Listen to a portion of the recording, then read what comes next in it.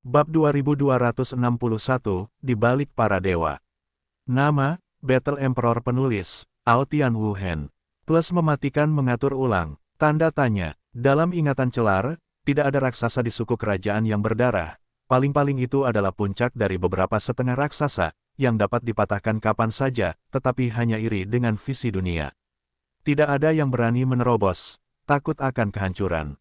Pukulan, petik 2.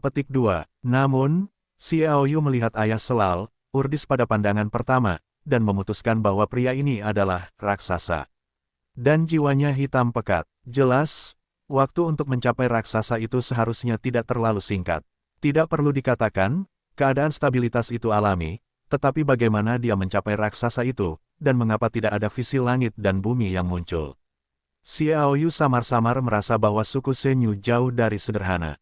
Bahkan Sierra tidak tahu. Dan Urdis adalah negara raksasa, saya khawatir tidak ada yang tahu bahwa dia seharusnya menekan kekuatan sejatinya, yaitu, Xiao Yu telah menghubungi raksasa itu lebih banyak kali, dan dapat memiliki indera khusus di mata dan matanya, dan kemudian melalui melihat batu giok jiwa, Anda dapat menentukan keadaan sebenarnya orang tersebut.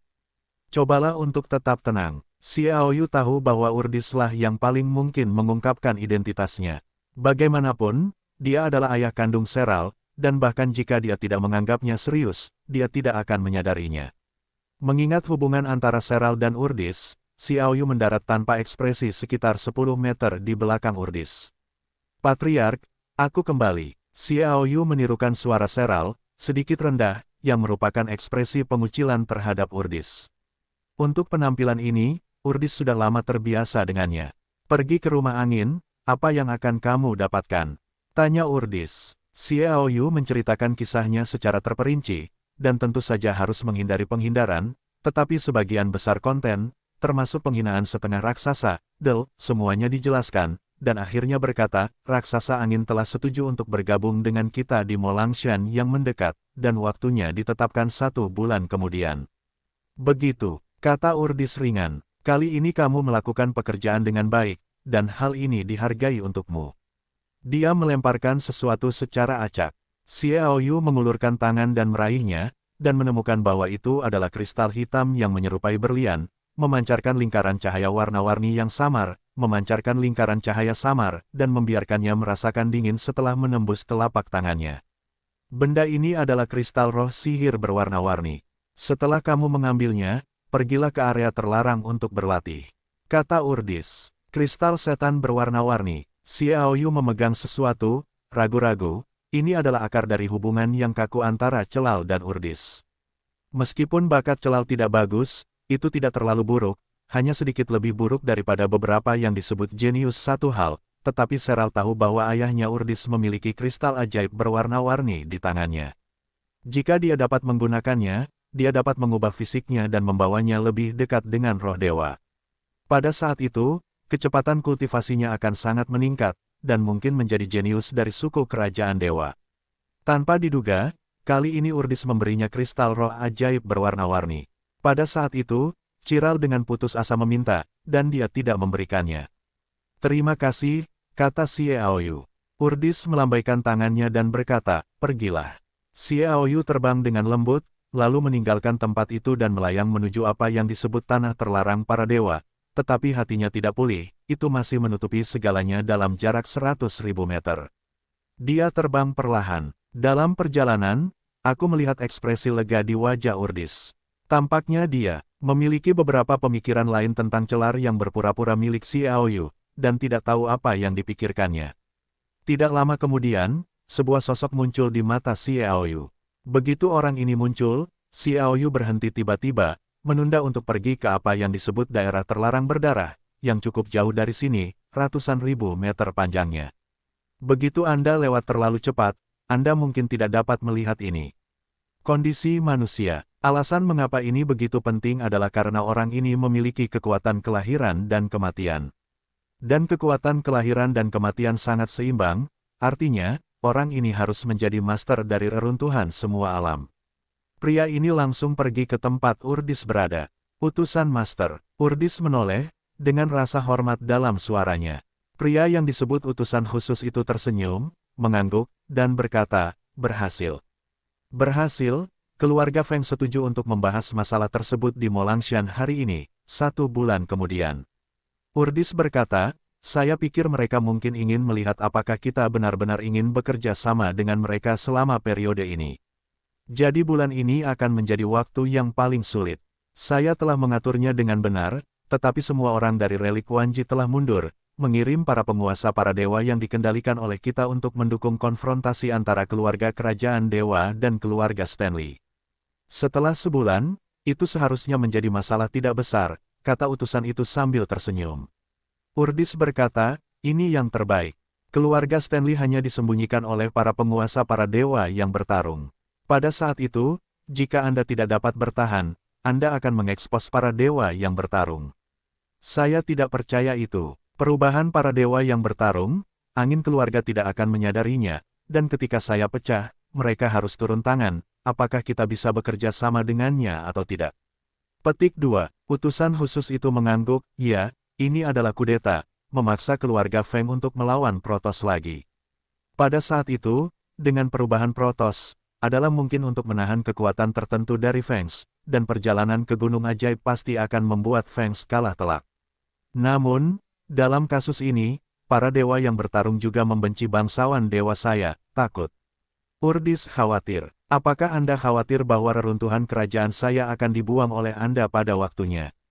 Utusan itu tertawa. Urdis berkata, ada sedikit kekhawatiran, lagi pula, meskipun keluarga kerajaan dewaku didukung oleh reruntuhan Wanji, beberapa raksasa diam-diam lahir, tetapi mereka hanyalah raksasa tingkat terendah.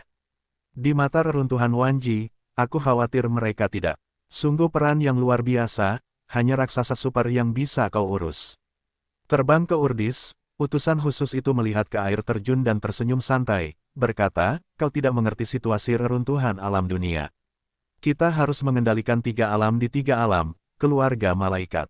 Kekuatan seperti Douzhu, Shenzhou, Fengjia, dan Lei terlalu kuat.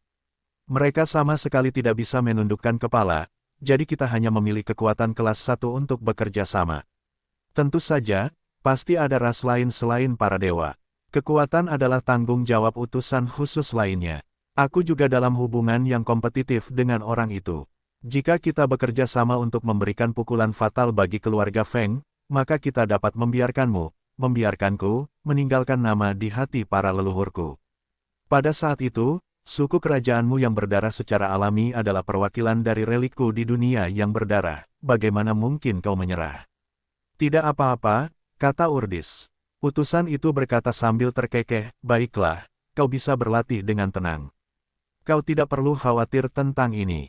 Aku akan mencari cara untuk menekan para dewa yang bertarung terlebih dahulu. Setelah itu, utusan itu pergi. Xiaoyu juga melayang ke arah roh terlarang itu lagi.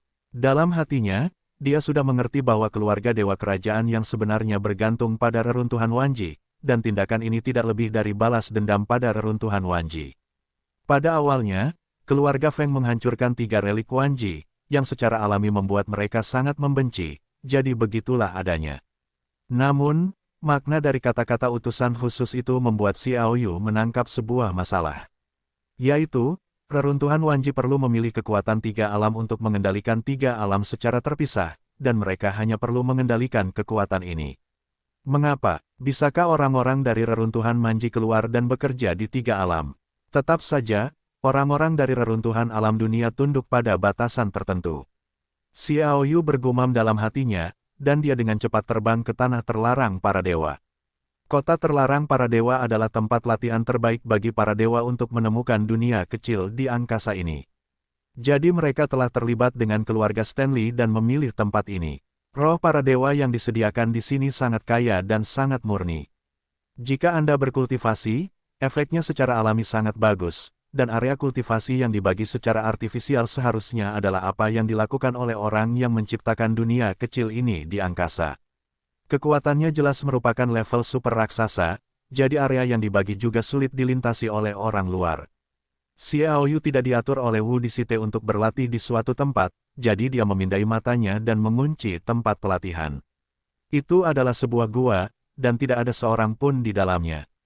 Lingkungannya tenang dan sangat cocok untuk kultivasi, dan roh para dewa di gua itu luar biasa kaya, yang cukup bagus untuk kultivasi. Dia memasuki gua itu. Melangkah ke dalamnya, pintu masuk gua secara alami membentuk mantra perisai yang terisolasi karena fluktuasi vitalitas, jadi tidak perlu khawatir tentang orang luar yang datang untuk mengganggu, kecuali jika itu mampu menghancurkan mantra perisai. Xiaoyu memegang kristal iblis berwarna-warni di tangannya. Baginya, benda ini tidak berguna, tetapi dapat diberikan kepada orang di kota suci dan dilemparkan ke dalam cincin ruang angkasa. Dia memilah semuanya mulai dari membunuh Selal dan menyamar sebagai dia, setelah memasuki keluarga Feng, memilah garis yang jelas, memikirkan beberapa hal, dan kemudian mengeluarkan daun kehidupan dan mulai berkultivasi. Dia berlatih di tempat tinggal keluarga Feng. Dengan bantuan ruang latihan keluarga Feng, dia telah membuat lebih dari 100 titik hitam muncul di jiwa putih. Setelah 8 hari, perubahan warna jiwa selesai. Dia juga dengan mudah melangkah ke alam jiwa hitam atas Tongtian. Sangat mudah, itu juga berbagai alasan, daun kehidupan mendapatkan lebih banyak efek garis kehidupan, segel jiwa terangkat, kutukan jiwa terangkat 2/3, adalah alasannya. Menjejakkan kaki di alam ini juga memberi Xiaoyu lebih banyak kepercayaan diri. Dia melihat situasi di luar dan tidak menemukan sesuatu yang salah, jadi dia terus berkultivasi.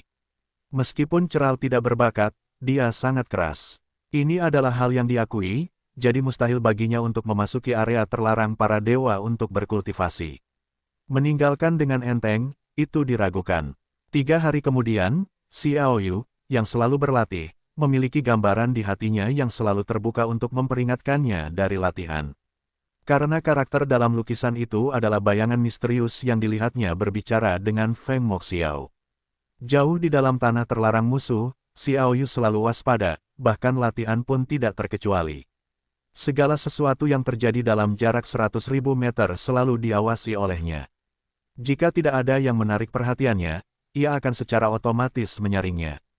Namun, kemunculan lukisan ini membuat Xiaoyu tiba-tiba menghentikan kultivasinya, sehingga hampir terjadi kesalahan dalam kultivasinya. Petik 2.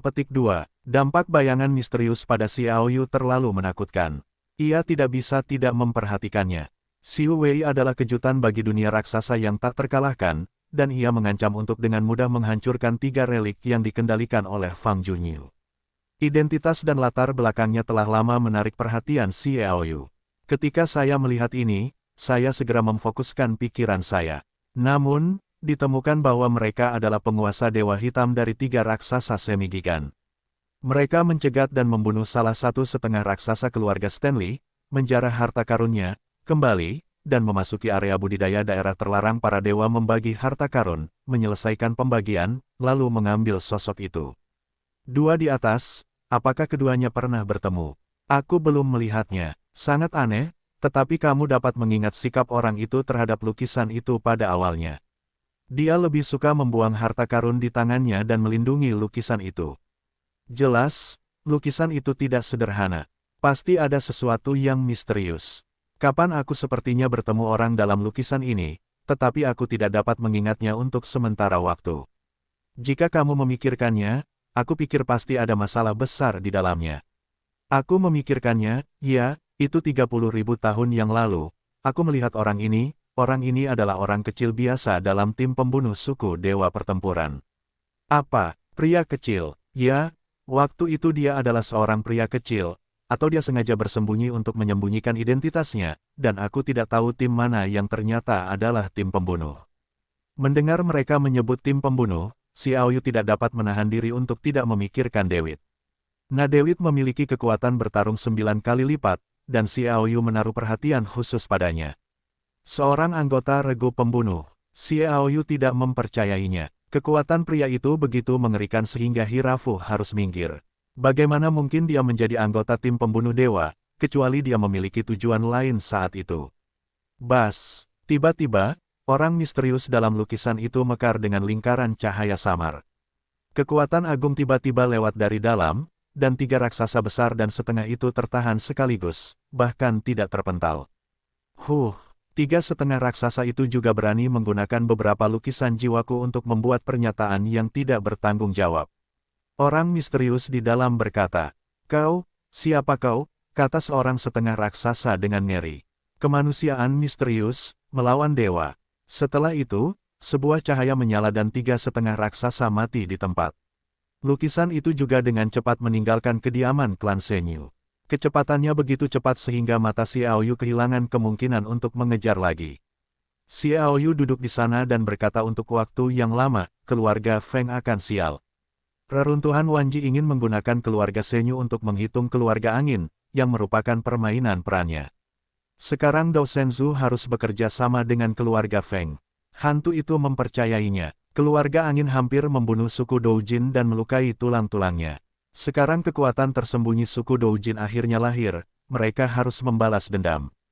Kerja sama seperti antara para dewa yang bertarung dan keluarga angin pasti akan menyesali keluarga angin. Setiap kekuatan besar tidak dapat diremehkan. Xiaoyu berkata dengan emosi, mereka telah ada selama ribuan tahun. Pada saat kekacauan di zaman kuno, mereka dapat membangun kekuatan yang begitu besar. Apakah mereka yang disebut nenek moyang raksasa di belakang, tidak ada pendukung yang kuat? Jelas itu tidak mungkin, dan kemungkinan besar mereka seperti pria misterius dari klan Dosen, disembunyikan karena suatu alasan, dan baru sekarang lahir. Xiaoyu juga merupakan suku malaikat. Suku penempa dewa tidak lagi terlalu diremehkan seperti sebelumnya. Siapa yang tahu kapan mereka keluar dari raksasa yang mengerikan? Meskipun kemungkinan besar mereka bukan raksasa yang tak terkalahkan, raksasa yang dapat menyerang raksasa yang tak terkalahkan juga mungkin menambah kekuatan keluarga. Dia terus berkultivasi di sini. Setelah beberapa saat, seorang pria dan seorang wanita datang ke sini dan berdiri di depan gua. "Selal, keluarlah," teriak pria itu. Xiaoyu mengenali keduanya melalui ingatan Seral. Pria itu adalah Goro dan wanita itu adalah Saman. Mereka semua adalah penguasa tingkat bawah langit. Bakatnya tidak terlalu tinggi. Kedua orang tua mereka belum lama ini. Yang gugur dalam satu pertempuran memiliki hubungan yang biasa-biasa saja dengan Sierra, yang tidak baik atau buruk. Ketika saya melihat mereka datang, Xiaoyu tidak merasa terganggu. Saya juga ingin menanyakan beberapa kejadian baru-baru ini di luar. Dia berjalan keluar dari gua dan mengundang mereka masuk. 3 orang duduk. "Sierra, kita sendiri, mengapa repot-repot mengenakan pakaian ini?" Golo tertawa. Wanita Saman itu juga terkekeh, "Kamu tidak akan mengolah sihir." Semua orang tahu bahwa Sierra gila dalam kultivasi, tetapi belum mencapai banyak hal. Itu juga alasan mengapa Sierra ditertawakan. "Biasakan saja," kata Xiaoyu ringan. "Keduanya datang kepadaku, aku tidak tahu ada apa." Melihatnya seperti ini, Golo dan Saman tidak mengatakan apa-apa, mereka sudah terbiasa. Goro berkata, "Saman, ayo kita lakukan." "Baiklah," kataku. Dukun itu adalah wanita yang cantik rupawan, tetapi dia memiliki sentuhan yang menggoda. "Kami ingin membunuh seseorang. Silakan ikut dengan kami." "Membunuh," kata Xiaoyu. Saman tertawa, "Ya, berani." Xiaoyu berkata dengan lemah, "Jarang sekali aku memasuki praktik terlarang para dewa, dan aku tidak akan menyerah begitu saja." "Haha, aku tahu kau tidak akan setuju dengan mudah, tetapi bagaimana jika aku memberimu kristal iblis giok suci yang dapat mengubah kebugaran fisikmu?" Kata Saman. "Kristal iblis giok suci." Suara Xiaoyu sedikit lebih berat, "Tentu saja, disengaja. Bagaimanapun, Celal sendiri memiliki bakat yang terbatas. Jika dia ingin meningkatkan, fisiknya adalah metode utamanya. Dibandingkan dengan kristal iblis yang berwarna-warni, kristal iblis giok suci jelas merupakan relik yang lebih tinggi dari 3 tingkat, dan secara alami memiliki godaan besar bagi Sierra yang sebenarnya. "Apakah kau mau?" kata Saman. Xiaoyu bersenandung dingin, "Tentu saja aku mau, tetapi aku ingin melihat kristal iblis giok suci." Saman berkata, "Itu mungkin tidak berhasil, karena kristal iblis giok suci ada di tangan orang yang akan kita bunuh. Hanya dengan memenggalnya kita bisa mendapatkannya." Xiaoyu mencibir, "Mengapa aku percaya? Ini sederhana, jika kamu tidak memiliki kristal iblis giok suci, setelah kamu membunuh orang itu, kamu dapat memilih barang-barang di tanganmu terlebih dahulu," kata Saman. "Orang yang ingin kita bunuh adalah suku malaikat. Menurut penyelidikan kita, dia kemungkinan memiliki darah raksasa dari suku malaikat. Itu memiliki potensi besar dan pasti memiliki harta karun yang banyak di tangannya, dan kali ini para pengikutnya akan membantunya untuk menangkap kristal iblis giok suci. Telah jatuh, sendirian, selama kita bergabung, kita akan menang." Golo juga berkata. Xiaoyu menyipitkan mata dan menatap mereka berdua, apakah kamu serius? Keduanya berbicara serempak, tanggapi dengan serius. Golo menambahkan, hari itu orang-orang mengira orang lain tidak tahu, dan sekarang mereka bersembunyi di tempat yang tidak terlalu jauh dari dunia kecil kita. Selama kita bergegas ke sana, peluang keberhasilannya sangat tinggi. Jika terlambat, saya khawatir itu akan biarkan dia melarikan diri, maka kita tidak akan mendapatkan apa-apa. Petik 2. Dan orang-orang dari reruntuhan Wanji baru-baru ini terbunuh dengan gila-gilaan, dan mereka mungkin datang kepada kita. Jika mereka ditemui, mereka akan lebih murah. Kata dukun. Oh, orang-orang dari reruntuhan Wanji membunuh dengan liar. Xiaoyu bertanya dalam hatinya. Dia secara alami tahu bahwa hanya beberapa pejabat tingkat tinggi yang tahu tentang fakta bahwa klan Senyu bergantung pada reruntuhan Wanji. Dukun tertawa, kamu tahu kultivasi, tetapi kamu tidak tahu, baru kemarin, tidak, tepatnya malam sebelumnya, reruntuhan Wanji yang dikendalikan oleh Fang Junyu hancur lagi, dan 3 reruntuhan utama hancur. Hanya ada 7 reruntuhan di dunia, dan beberapa raksasa telah rusak. Sehari sebelum kemarin, Xiaoyu berkata dengan heran. Ini adalah pesan yang didengarnya dari penduduk Fengjia.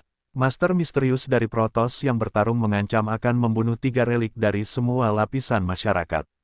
Saya tidak menyangka itu akan secepat itu, dan itu benar-benar terjadi. Sedikit dibesar-besarkan, terkejut, izinkan saya memberitahu Anda, pertempuran itu benar-benar mengejutkan 3 alam. Saya mendengar bahwa banyak orang terbang keluar dari 3 alam dan menunggu dan menonton. Kemudian, setelah banyak orang kembali, mereka segera ditutup. Mungkin akan ada terobosan, kata Saman. Bagaimana situasi spesifiknya, kata Xiaoyu. Dukun berkata, raksasa ke-6 dari alam dewa muncul kembali. Seperti pohon psikis kuno, ia langsung memasuki reruntuhan Fang Junyu. Dikatakan bahwa kali ini, ia tidak secara khusus membunuh raksasa manapun, tetapi malah meninggalkan reruntuhan Manji. 18 harta karun di daerah itu dihancurkan, dan saya tidak tahu metode apa yang digunakan untuk menghalangi Fang Junyu, mengancam bahwa Fang Junyu harus menunda 1 tahun paling cepat sebelum ia dapat meninggalkan reruntuhan alam, dan selama periode ini, ada ahli misterius yang menghancurkan kekuatan 3 alam sisa. Masalah ini telah benar-benar membuat marah alam-alam. Mereka mengirim sejumlah besar master untuk secara gila-gilaan memasuki 3 alam dan bersiap untuk membalas dendam. Target utamanya masih Fengjia. Tidak mungkin. Siapa yang bisa membiarkan mereka menghadapinya? Tidak mungkin menjadi raksasa ke-6 di alam dewa. Master lainnya terlalu misterius untuk ditemukan. Petik 2. Saya tidak menyangka bahwa para dewa yang bertarung itu cerdas. Mereka benar-benar menarik raksasa ke-6 dari dunia neraka. Saya khawatir ini adalah sesuatu yang ditertawakan Feng Mo tanpa berpikir. Orang-orang tidak kejam. Sekarang, para dewa yang bertarung akhirnya bergabung dengan keluarga Feng melalui kekuatan tersembunyi. Tidak apa-apa, tampaknya keluarga Feng tidak beruntung. Xiaoyu tertawa diam-diam. Penampilan Fengjia yang kuat secara alami membuat semua pihak cemburu dan cemburu. Oleh karena itu, begitu Fengjia dihitung setelah 2 arah, akan ada kekuatan lain untuk mengambil kesempatan itu.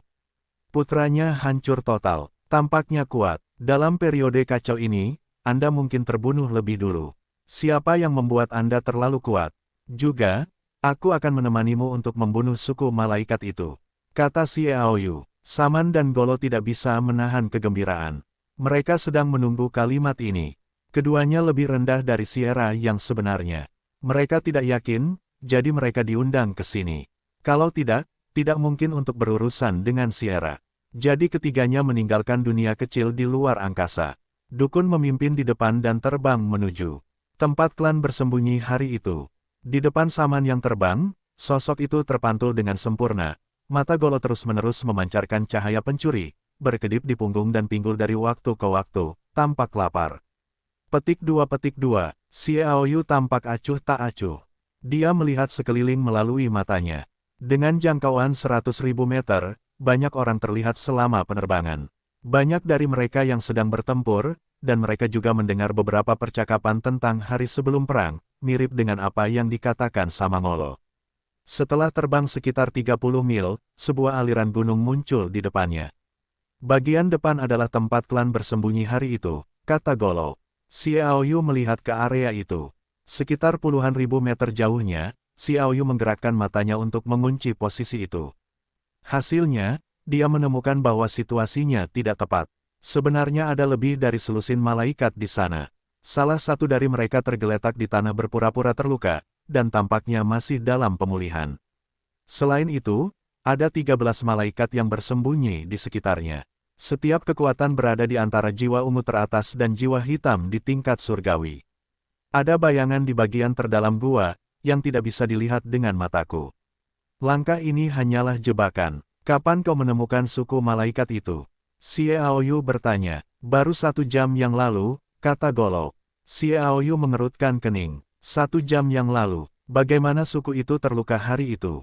Ketika kau melihatnya, apakah dia tidak menyembuhkan dirinya sendiri? Suku malaikat secara inheren lebih unggul dalam penyembuhan. Golo sedikit linglung ketika ditanya, dan berkata sambil tersenyum, baiklah, biar ku katakan yang sebenarnya. Sebenarnya, itu bukan apa yang aku temukan. Itu adalah apa yang ditemukan Saman. Itu semua yang dia katakan padaku. Baiklah, apa yang aku temukan, apa yang salah? Dukun itu berbalik. Tidak apa-apa, tanyakan saja, kata Xiaoyu. Mereka bertiga segera tiba di aliran sungai gunung. Ada air yang mengalir di aliran sungai gunung, dan ada angin gunung yang berputar-putar, bahkan lebih kencang menderu, seperti pisau baja, orang biasa tidak tahan sama sekali. Xiaoyu berdiri di udara, menatap dingin ke kejauhan. Hatinya telah melihat penampilan para malaikat tersembunyi di dalam, dan ketika dia melihat ketiga pria itu muncul, dia langsung siap, seolah menunggu mereka memasuki negeri ajaib. Saman, apakah kamu yakin bahwa luka klan itu begitu parah sehingga dia bahkan tidak bisa mengobatinya sendiri? Xiaoyu bertanya lagi. Tentu, apakah kamu masih ragu bahwa aku bisa melakukannya? Saman bertanya balik, aku bisa memberitahumu, melewatkannya, dan jangan berpikir untuk memiliki kesempatan yang baik di masa depan. Sierra, apakah kamu tidak takut? Xiaoyu melihatnya begitu, dan berkata dengan tenang, pergilah. Jadi ketiganya terbang maju. Saat dia mendekat, mata Xiaoyu muncul lagi, dan dia adalah utusan khusus dari apa yang disebut Remains of All Realms yang berbicara dengan patriark keluarga kerajaan Uldis. Dia muncul di puncak gunung setinggi 60.000 hingga 70.000 meter, dan perlahan terbang turun, seolah-olah menemukan mereka di garis ini. Melihat ini, Xiaoyu diam-diam menjadi waspada. Utusan khusus ini adalah orang kuat di alam puncak semi raksasa, alam raksasa berkaki 1. Kekuatan Xiaoyu sulit untuk ditandingi. Penampilannya yang aneh sedikit mengejutkan Xiaoyu. Mereka ada di dalam gua. Dukun itu menunjuk ke sebuah gua di depannya dengan jarinya. Kita masuk saja. Kemudian, terlepas dari apakah Xiaoyu dan Golo setuju, dia bergegas masuk ke dalamnya. Melihat ini, Golo tidak mau, dan kemudian masuk dengan Excalibur. Dia berdiri di pintu masuk dan berhenti sejenak. Xiaoyu tidak langsung bergegas masuk.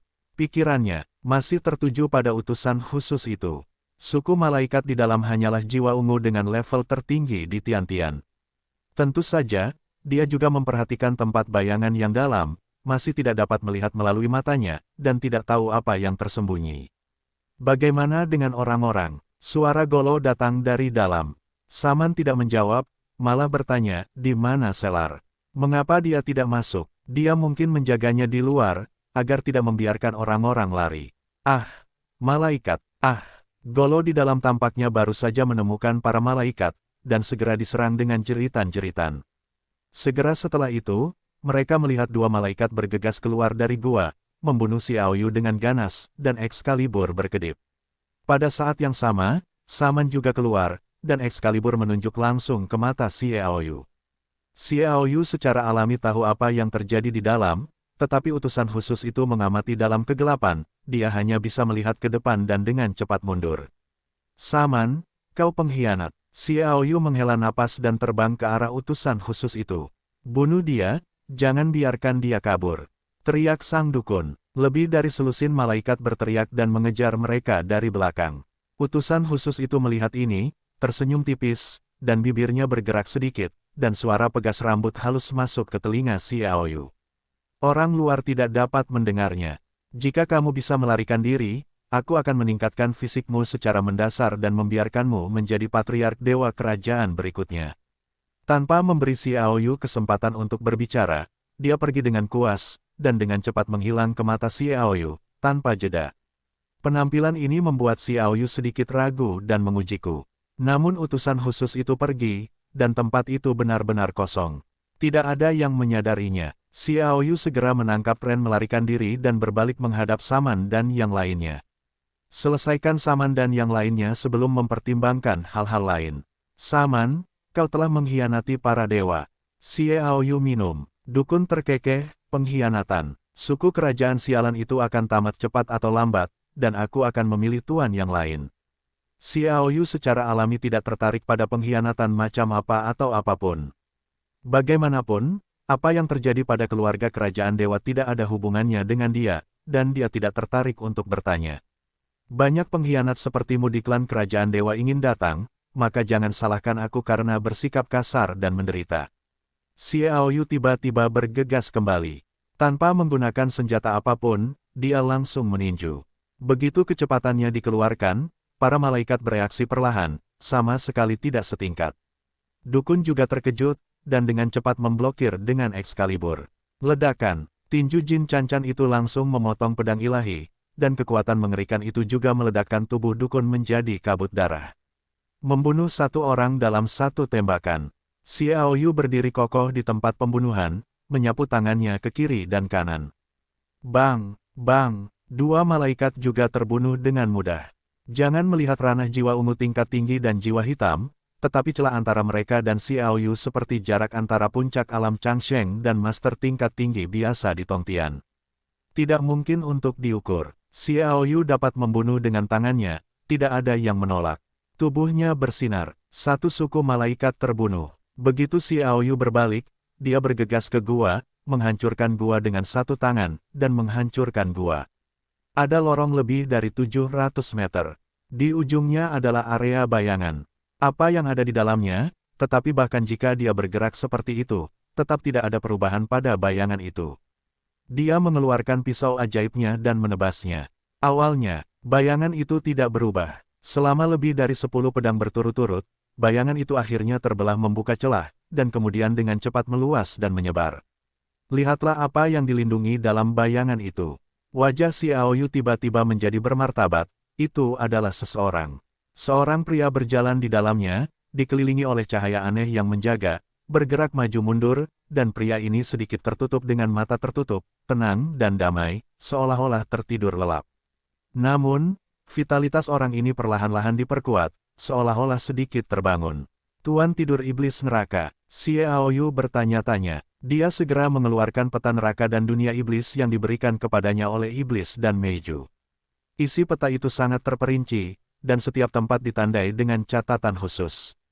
Ada catatan terperinci di bawah, dan siapa yang telah jatuh di sini dan siapa yang ada di sana. Di suatu tempat dalam pertempuran, harta karun yang hilang dan sejenisnya. Dia segera menemukan peta tempat itu. Pemeriksaan Xiaoyu, dia tiba-tiba menemukan bahwa peta di sini tidak sejajar dengan dua gunung yang sekarang berdiri di atas satu sama lain.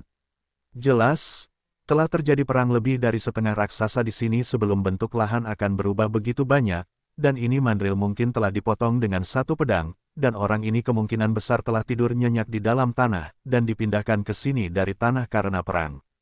Ada juga penanda khusus di peta. Xiaoyu menemukan anotasi di bawah ini.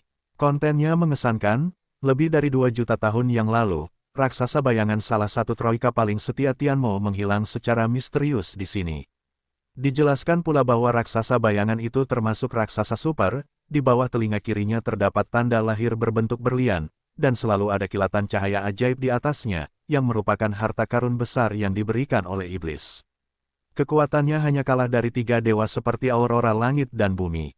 Hilangnya dia tidak menunjukkan tanda-tanda terkena pukulan keras, perang, atau semacamnya. Baru saja meninggalkan istana iblis tempat iblis itu berada, tidak ada jejak, dan dalam anotasinya terdapat poin-poin khusus yang ditinggalkan oleh para penguasa generasi Meiju, dan raksasa skeptis itu diperintahkan untuk bersembunyi. Satu-satunya yang hilang di sini adalah golem, dan tempat ini memiliki cahaya ajaib khusus yang lahir di tanah lebih dari 2 juta tahun yang lalu, dan kekuatan terkuat dari raksasa bayangan ajaib adalah cahaya ajaib. Ada tanda lahir berlian di bawah telinga kiri raksasa golem. Xiaoyu melihat orang yang berbaring di sisi kanannya menghadap dirinya sendiri, dan dia terbang ke sisi lain untuk memeriksa, dan benar saja, ada tanda lahir berbentuk berlian di bawah telinga kirinya. Ini adalah raksasa golem, raksasa bayangan, salah satu dari 3 kereta kuda yang diambil oleh iblis, adalah raksasa super dari jiwa emas. Tidak diragukan lagi kuat dan merupakan bawahan iblis yang paling setia. Orang ini secara bertahap bangun. Begitu dia bangun, itu pasti akan membuat kekuatan di sisi iblis neraka telah meroket. Wajah Xiaoyu memancarkan pembunuhan yang berat. Pedang itu terangkat. Ada banyak sekali pembunuhan iblis, tetapi ada banyak orang yang setia. Misalnya, keempat penjaga iblis semuanya adalah raksasa, troika semuanya adalah raksasa super, dan 8 iblis adalah rumor bahwa beberapa orang akan menyerang jajaran raksasa yang tak terkalahkan. Banyak dari mereka telah jatuh, tetapi mereka telah menghilang secara misterius, dan tidak ada raksasa kecil sejak saat itu. Ada sebanyak 5 atau 6 orang. Petik 2. Xiaoyu tahu monster raksasa ini. Pada awalnya, setan langit akan memasuki kehampaan, dan tidak diragukan lagi tahu bahwa bahkan jika itu kembali, itu perlu menghadapi pengepungan semua pihak untuk mencegahnya. Setidaknya 2 lainnya yang melarikan diri dari lingkaran reinkarnasi bersamanya tidak akan pernah membiarkannya pergi. Jadi akan ada jadwalkan rangkaian hal ini terlebih dahulu. Tidak diragukan lagi raksasa bayangan ada di antara mereka. Tianmo mengatur ini, bagaimana dengan yang lain? Terutama suku malaikat, suku dewa yang bertarung, suku pemeran dewa, tetapi mereka telah membangun kekuatan mereka di awal, tetapi mereka tidak ditekan oleh iblis dan tidak dapat menunjukkan kekuatan teroris. Kemudian, mintalah para iblis untuk menantang para penguasa teratas dari 3 alam dan menyapu bersih semuanya. Agar dapat bertahan hidup, bisakah tokoh-tokoh teratas dari semua pihak muncul? Bagaimana cara lolos dari pembunuhan iblis? Satu-satunya cara tampaknya adalah tertidur. Hanya dengan tertidur kita dapat bersembunyi dari pencarian iblis. Tentu saja ada alasan lain. Sejauh menyangkut situasi saat ini, karena berbagai alasan, ada begitu banyak orang yang telah disembunyikan di era itu. Ada sebanyak 13 orang yang hilang dari penghilangan misterius yang diidentifikasi dalam peta ini. Apakah itu terbunuh? Jelas tidak mungkin, seseorang pasti masih melakukan sesuatu yang mirip dengan raksasa bayangan. Oleh karena itu, mungkin tidak butuh waktu lama bagi banyak raksasa untuk bangun. Pada saat itu, saya khawatir bahwa di era ini, akan ada raksasa terbanyak, raksasa paling tak terkalahkan, dan raksasa paling super. Sikat, Xiaoyu menebas dengan satu pedang, yang berisi semua kekuatan tempur King Kong. Tidak ada reservasi sama sekali. Itu adalah untuk membunuh raksasa monster terlebih dahulu untuk mencegahnya bangun. Pedang agung itu sangat kuat, tetapi dalam menghadapi cahaya yang berkedip, ia hanya memotong kurang dari 1 meter, dan masih lebih dari 1 meter jauhnya dari raksasa bayangan raksasa. Cahaya yang disebut ini adalah cahaya ajaib, yang diberikan oleh iblis kepada raksasa bayangan raksasa, dan juga merupakan metode serangan terkuat dari raksasa bayangan raksasa. Itu juga merupakan kunci yang membuat mata Xiaoyu tidak dapat mendeteksi raksasa bayangan raksasa. Xiaoyu sekali lagi mengangkat pedangnya. Memotong lagi. Serangan ini adalah menggunakan pedang untuk memberkati jiwa untuk membunuh pedang. Pedang itu memotong cahaya ajaib itu, dan terhalang. Pedang pembunuh jiwa itu segera melesat turun dan langsung menembus penghalang cahaya ajaib itu. Jika raksasa bayangan ajaib itu terbangun, terlalu mudah untuk memobilisasi cahaya ajaib itu untuk menghalangi pedang pembunuh jiwa itu. Namun sekarang dia tidak dapat mengendalikan cahaya ajaib itu, cahaya ajaib itu tidak memiliki efek menghalangi pada pisau pembunuh jiwa itu. Pembunuh jiwa memotong langsung jiwanya melalui tubuh raksasa iblis itu. Kekuatan pembunuh mental yang ditingkatkan secara menyeluruh itu dikerahkan sepenuhnya, setidaknya mampu memotong jiwa setengah raksasa biasa dalam sekejap. Pemotongan ini juga akan membuat jiwa raksasa bayangan itu muncul menjulang di permukaan dan membuat vitalitasnya turun tajam, tetapi kelopak matanya juga bergerak. Rupanya, raksasa bayangan raksasa yang sedang tidur itu terstimulasi dan perlahan-lahan terbangun. Xiaoyu melihat ini dan terus memotong. Yah! Dalam sekejap mata, ada lebih dari 100 serangan pembunuh jiwa. Semua menembus cahaya ajaib dan bekerja pada tubuh raksasa bayangan itu, membuat jiwanya yang tampak melemah dengan kecepatan yang tak terbayangkan. Vitalitasnya yang berdenyut juga melemah dengan cepat hingga mencapai titik beku, yang hampir tidak terasa. Setelah menahan 132 pembunuh pikiran lainnya, raksasa bayangan raksasa itu tiba-tiba membuka matanya, meledak menjadi api amarah, dan cahaya ajaib di tubuhnya juga bergulung dengan keras. Xiao Yu melihat ini, dan hatinya tercengang, tetapi tangannya tetap tidak berkurang. Pedang itu menyerang seperti kilat. Memanfaatkan kerja cahaya ajaib yang bergejolak, semua kekuatan tempur Kongou mengalir ke pisau ajaib, dengan ganas menebas leher raksasa monster itu. Dia cepat, dan cahaya ajaib itu lebih cepat. Ketika dia menepisnya, dia berkumpul di sekitar leher monster itu. Kapan? Pedang itu memotong cahaya ajaib itu tanpa bergetar sedikitpun. Siapa kamu? Dan kamu dapat mencari kekuatan perisai yang secara pribadi disiapkan oleh Raja Iblis untukku, dan kemudian temukan aku. Raksasa Moying itu marah. Jiwanya menderita cedera fatal. Bahkan jika dia selamat, saya khawatir akan butuh jutaan tahun untuk pulih jika dia ingin pulih. Artinya, dia akan digantikan oleh raksasa lain, dan dia akan membunuh pedang itu dengan mentalitas gila seperti itu. Selanjutnya, aku khawatir dia sudah terbunuh sejak lama. Bunuh orangmu. Xiao Yu terkekeh dingin, menyelidiki dengan petir di tangan kirinya, meraih cahaya ajaib, dan dia melakukan teknik udara kosong yang dirancang khusus untuk menghadapi kekuatan misterius seperti itu. Raih cahaya ajaib, dan cabut segera. Raksasa golem itu marah dan segera mengambil kendali. Raksasa super yang menyedihkan, jiwanya diserang dengan panik, dan sekarang dia hanya bisa terlibat dalam tarik-menarik dengan Xiao Yu, atau tarik-menarik yang sangat pasif. Bocah, raksasa golem itu marah. Xiao Yu tidak memberinya kesempatan untuk berbicara, agar tidak menarik perhatian siapapun, dia segera menembakkan roh cair ke alisnya, tetapi ditutupi dengan api tak berwarna. Bukankah cahaya sihir itu kuat, lalu kamu kuat atau tak berwarna? Ledakan, api tak berwarna itu langsung datang ke raksasa bayangan itu. Dalam keputusasaan, raksasa bayangan sihir itu hanya bisa melindungi seluruh tubuh dengan cahaya sihir. Tiba-tiba cahaya sihir itu menghilang, Xiao Yu mengangkat pisaunya dan menyerang dengan seluruh kekuatannya. Boom! Dengan seluruh kekuatannya, cahaya sihir raksasa bayangan itu hancur. Sedikit hancur, hancur total, api tak berwarna itu tiba-tiba menyerbu tubuhnya. Tiba-tiba, raksasa monster itu hampir dihancurkan oleh daging yang terbakar. Dia menggeram kesakitan, bagaimana dia belum terbangun secara normal, dan bahkan jiwanya menderita luka fatal, di mana dia masih bisa melawan. Raungan yang menyedihkan itu berubah menjadi abu.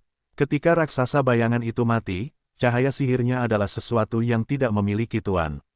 Kekuatannya, Xiao Yu juga melihatnya. Ketika raksasa bayangan raksasa itu rusak parah dan tidak dapat mengerahkan kekuatannya, ia dapat dengan mudah memblokir pedang itu, menunjukkan bahwa ia lebih baik daripada matahari.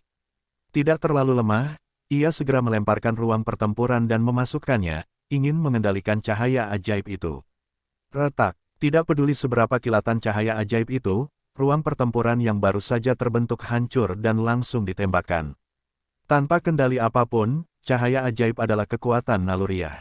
Keluar dari ruang pertempuran, juga dibombardir di bagian atas gua.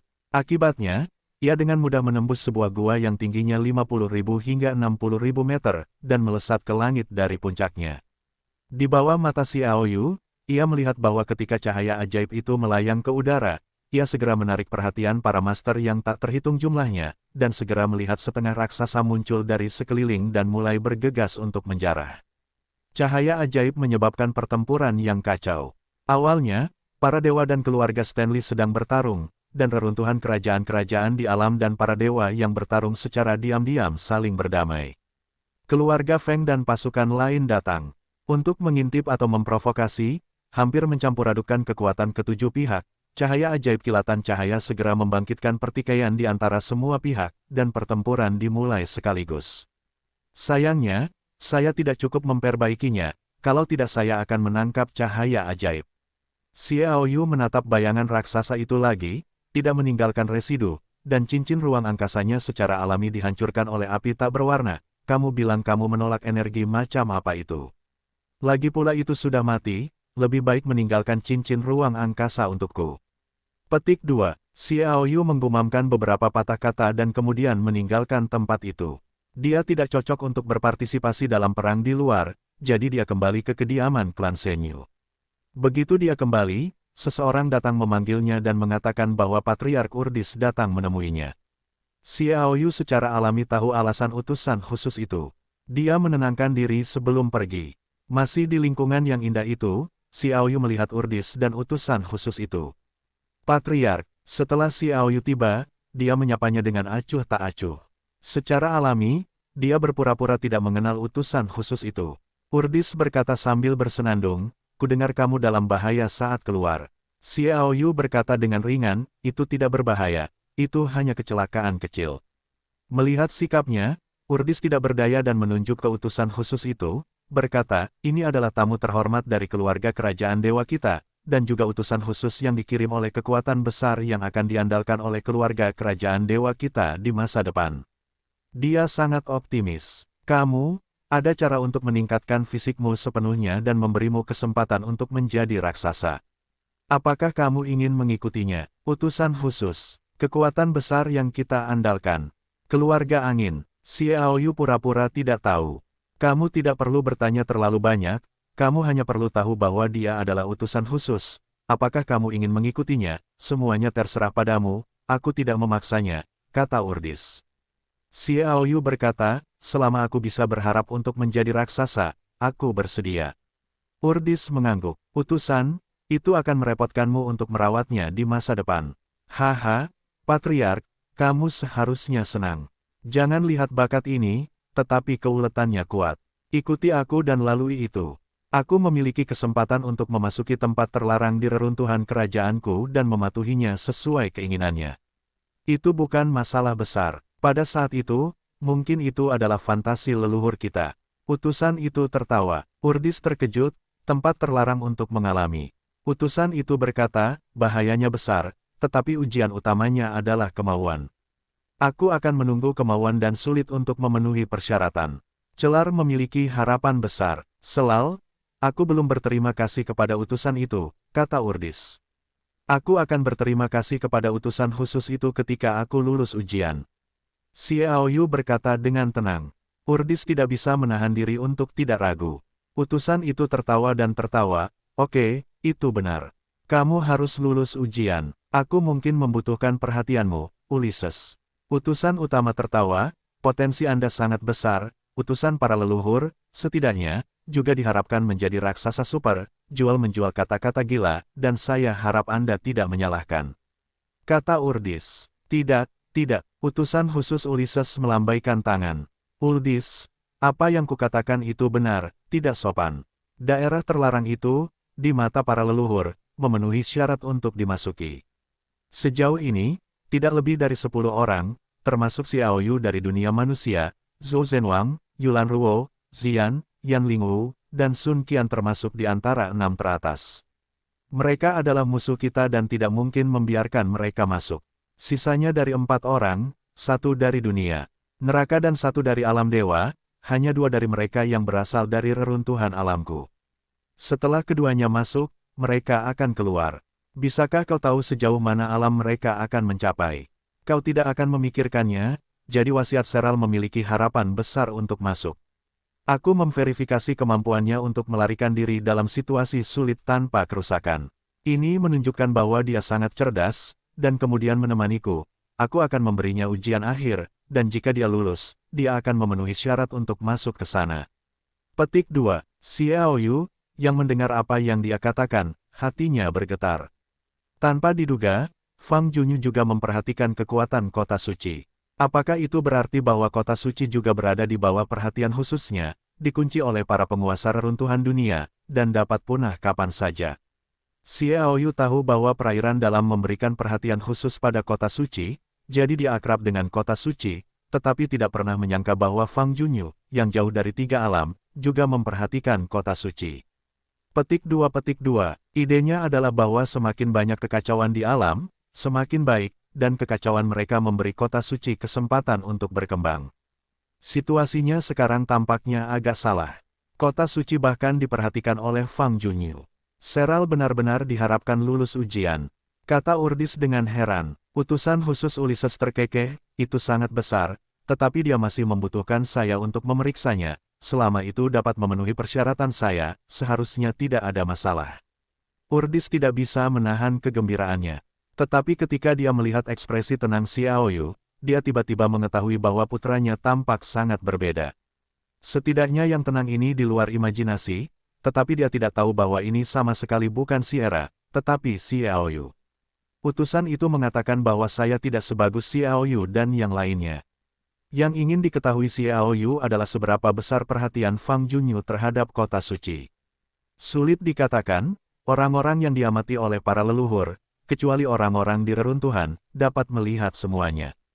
Di antara tiga alam, hanya mereka yang memiliki reputasi yang sangat terkenal yang akan diperhatikan. Anda tidak berada dalam lingkup pemeriksaan para leluhur, jadi Anda dapat membandingkan dengan mereka juga tidak diketahui, kata utusan Ulysses. Xiaoyu berkata, sepertinya ada 6 orang di dunia manusia. Kecuali Xiaoyu dan Yulan Ruo, reputasi orang lain tidak terlalu keras. Mendengar pertanyaan ini, utusan khusus Ulysses menyeringai dan berkata, kau cemburu pada mereka? Oke, kalau begitu aku akan memberitahumu dengan jelas, kecuali Xiaoyu dan Yulan Ruo. Orang lain khawatir karena orang-orang itu adalah laut dalam dan dunia ilahi yang memberikan perhatian khusus padanya, jadi mereka akan memasuki mata para leluhur. Ngomong-ngomong, mereka menemukan bahwa itu benar-benar luar biasa. Faktanya, masih banyak orang di kota suci yang tidak dapat ditanyai, seperti Qin Yuyi dan Yun Meng. Yao, Shao Jie, Del, mereka mungkin juga cocok, tetapi mereka berada di urat air, atau memiliki mantra khusus untuk menghalangi segalanya agar tidak terlihat, atau mereka berjalan diam-diam, karena takut bahkan kota suci tidak dapat menentukan lokasinya, jadi sulit untuk menyelidiki. Dan kau, dapat dianggap sebagai tipe ini. Kau telah berlatih di dunia kecil suku dewa kerajaan, bahkan jika kau ingin mengamatimu, para leluhur tidak dapat melakukannya. Petik 2. Oh, itu salahku. Xiaoyu mendengar ini, dan kemudian dia tahu situasi spesifiknya. Orang-orang yang penuh kasih sayang memberikan perhatian khusus kepada kota suci karena lautnya yang dalam dan perhatian dunia ilahi. Bagaimanapun, kota suci itu jelas menaruh perhatian khusus kepada semua pihak. Untuk tumbuh, Anda perlu berhati-hati. Utusan, khusus Ulysses mengerang, Patriark, Anda harus memberi perhatian khusus pada kota suci. Mereka sekarang menunjukkan tanda-tanda akan masuk ke dalam kegelapan, terutama sekarang karena mereka seharusnya lebih kuat, tetapi mereka bersembunyi. Itu tidak benar. Petik 2. Kuat. Potensi kota suci itu bagus, tetapi jauh dari kata kuat. Jika mereka kuat, mereka tidak akan hancur. Urdis mencibir. Tidak, Anda terlalu meremehkan kota suci. Utusan Ulysses mengerang. Apakah Anda tahu ketika naga Triceratops menghantam alam raksasa, mengapa tidak ada yang menghancurkannya? Urdis bertanya-tanya, mengapa? Utusan khusus Ulysses berkata, karena kami sama sekali tidak dapat menemukan mereka. Pada awalnya, reruntuhan alam dunia, Fengia, dan pohon psikis kuno mengirim 2 raksasa super kepada mereka. Tetapi mereka tidak pernah menemukannya, yaitu, kami telah menemukan cara untuk melindungi penglihatan langit dan bumi. Jumlah raksasa kemungkinan akan menunjukkan peningkatan tajam dalam jangka waktu tertentu. Meskipun mereka semua adalah raksasa tingkat terendah, mereka masih sangat berbahaya, belum lagi Yun Meng Yao sangat mengerikan. Itu benar-benar membuat leluhur saya merasa licik. Petik 2. Yun Meng Yao. Saya pernah mendengar bahwa kebijaksanaannya di 3 alam adalah yang pertama. Tetapi apakah itu benar-benar mengerikan? Urdis sangat skeptis. Dia melindungi penglihatan langit dan bumi untuk membantu Tyrannosaurus segitiga menerobos dan mencapai para raksasa. Ini tidak mengerikan, tetapi masalahnya adalah dia benar-benar menggunakan cara untuk membiarkan 6 raksasa super bertarung untuk hidup dan mati, dan kemudian diserang oleh Kaisar, hampir semuanya terbunuh. Alasan mengapa masalah ini tidak keluar adalah karena ketiga pihak merasa tidak tahu malu, tetapi mereka sengaja bersembunyi dan tidak mengungkapkan kekuatan mereka. Ulysses berkata, dan selama periode itu, Yun Meng Yao saya tidak tahu metode apa yang digunakan, tetapi sebenarnya membiarkan Shao Jie memimpin lebih dari 100 calon master kota suci untuk muncul secara misterius di luar peninggalan Gunung Tianwang. Setelah masuk, sejauh ini, mereka belum muncul, dan semua pihak diam-diam mengirim master untuk mencari, masih belum ada hasil. Tidak ada hasil. Saya khawatir ketika Shao Jie dan yang lainnya muncul, mereka mungkin muncul dengan kekuatan yang cukup mengejutkan. Petik 2. Dengan sedikit mengernyit, Urdis berkata, jadi mengapa tidak mengambil tindakan dan menghancurkan kota suci? Ulysses berkata, mudah untuk menghancurkan, tetapi di mana mereka? Satu-satunya tempat yang dapat diidentifikasi adalah di sisa-sisa kaisar jahat, tetapi Tang Gutian mengirim raksasa untuk menyerang. Akibatnya, ia dipukul keras oleh Raja Panah Zunsin dan hampir mati. Di dalam, pernah ada Kaisar Wu yang paling misterius yang mengutuk. Orang ini tidak tahu bagaimana menggunakan kekuatan ruang angkasa yang mengerikan di sana untuk mengirim 12,5 raksasa di laut dalam ke ruang angkasa yang tidak diketahui dalam satu gerakan, dan ia tidak bisa lagi kembali. Tang Gutian sangat marah dan pergi berperang secara langsung. Akibatnya, sisa-sisa kaisar jahat berada di depannya, dan menghilang dengan aneh. Itu juga sejak saat itu bahwa hampir 50 juta orang di kota suci telah menghilang. Satu-satunya hal yang saya tahu adalah urat air. Air ajaib langit dan bumi telah terbentuk, dan Qin Yuyi dan Liu Yanxi dapat bekerja sama untuk mengerahkan kekuatan tertentu. Tang Gutian tidak memiliki keberanian untuk menyentuhnya. Petik 2. Satu-satunya hal yang dapat dilacak adalah Xie Aoyu. Dia membuat banyak gerakan di zaman kuno, lapangan pembantaian, tetapi sejak saat itu, dia menghilang secara misterius. Hehe, untuk masalah ini, pohon psikis kuno telah mengirim semua personel intelijen memulai pencarian dengan kekuatan besar dan tidak tahu di mana Xie Aoyu bersembunyi. Namun, itu tidak pernah ditemukan. Itu adalah hal baru. Orang-orang yang aktif di kota suci sejauh ini semuanya menghilang, dan personel intelijen dari 3 alam terhubung, sulit untuk menemukan petunjuk mereka. Setelah mendengar ini, Xie Aoyu hampir tertawa terbahak-bahak. Tepat di depan Anda, mendengarkan mereka banyak berbicara, Xie Aoyu juga pada dasarnya memahami situasi kota suci saat ini, dan sudah lama tidak berhubungan dengan kota suci, dia tidak tahu situasi di luar. Yang mengejutkan adalah bahwa Kaisar Wu Kaisar yang terkutuk dapat mengendalikan kekuatan ruang angkasa yang tak ada habisnya di 6 dewa yang mengerikan di reruntuhan kaisar-kaisar-kaisar. Ulysses mengulurkan tangan dan menepuk bahu Xie Aoyu. Serral, jangan berkecil hati. Aku sangat optimis tentangmu. Prestasi di masa depan mungkin tidak lebih rendah dari mereka. Dia berbicara, dan mengeluarkan sepotong kayu dari cincin luar angkasa. Ini adalah kayu hitam sutra emas, kamu pegang itu, aku tahu bahwa kamu memiliki properti sipil, terutama demi properti kayu, yang menyebabkan kamu menjadi sangat terbatas ketika kamu mengolah properti bumi khusus dari keluarga kerajaan dewa. Dengan itu, properti kayumu akan memainkan peran terbesar di masa depan. Terima kasih, utusan. Xie Aoyu juga sangat senang. Kayu hitam sutra emas juga sangat membantu kultivasinya. Kembangkan itu, ilhami properti kayu, dan kemudian ikuti aku untuk melakukan sesuatu yang penting. Ulysses berkata, sebuah janji, Xie Aoyu pergi. Kali ini, terlepas dari apakah Urdis mengizinkannya memasuki area terlarang atau tidak, dia pergi ke daerah terlarang untuk berlatih. Setelah dia pergi, Urdis berkata, terima kasih atas kultivasimu. Jangan berterima kasih padaku, selar sepadan dengan usahaku, kata Ulysses, tetapi jika, setelah mengalami area terlarang, dia mungkin mandek di alam itu sepanjang hidupnya. Sangat sulit bagi setengah raksasa untuk berhasil, apalagi pencapaian seorang raksasa, itu adalah keberuntungannya. Kata Urdis. Ulysses mengangguk, baiklah, aku sudah mengirim banyak orang untuk bergabung. Kamu juga harus mengambil inisiatif untuk menyerang keluarga Stanley sekali. Keluarga Feng ada di sini, dan kamu mengamati secara rahasia. Tidak apa-apa bagimu untuk bertindak. Ingat, jangan perlihatkan kekuatanmu yang sebenarnya, itu akan menimbulkan kecurigaan. Petik 2. Aku mengerti, kata Urdis. Tidak apa-apa, dan aku akan melihat apakah pertempuran untuk cahaya ajaib di luar telah mencapai saat terakhirnya. Ulysses tertawa. Area terlarang masih berupa gua. Xie Aoyu memegang jin siswanmu dan membelainya dengan lembut. Napas kehidupan yang samar keluar di atasnya, dan bahkan memiliki sedikit ketajaman. Kayu hitam sutra emas ini jauh lebih kuat daripada kayu sutra emas yang dilihat Xie Aoyu sebelumnya. Artinya, kekuatan tempur King Kong milik Xie Aoyu memiliki sedikit fluktuasi yang tidak terdeteksi. Dapat dilihat bahwa jika ada cukup kayu hitam sutra emas, kekuatan tempur King Kong dapat ditingkatkan lagi. Kayu hitam sutra emas, yang terbaik di kayu emas, adalah yang terbaik di kayu yang ditinggalkan untuk metamorfosis kayu raksasa super. Kayu ini digunakan untuk penyembuhan dan dapat menunjukkan hasil yang luar biasa. Kayu ini juga digunakan untuk membuat senjata, dan juga merupakan dewa surgawi. Pilihan terbaik. Haruskah saya berlatih? Kultivasi? Meskipun ada sedikit peningkatan, lebih baik untuk meneruskan nafas kehidupan di kayu hitam sutra emasnya ke daun kehidupan, yang merangsang daun kehidupan untuk memainkan peran yang lebih besar, tetapi dapat mempercepat kecepatan kultivasi dalam jangka panjang. Xiaoyu mengeluarkan daun kehidupan. Ketika keduanya saling bersentuhan, Anda dapat segera melihat bahwa nafas kehidupan yang dilepaskan dari kayu hitam sutra emas akan dengan cepat memasuki daun kehidupan, tetapi sumber kehidupan di kayu hitam sutra emas sulit diserap.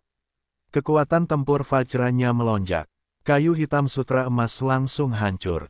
Sumber kehidupan di dalam, nafas kehidupan yang berasal dari otak, tetapi hanya menyebar dalam jarak 1 meter, ditarik ke dalamnya oleh Ming Ye.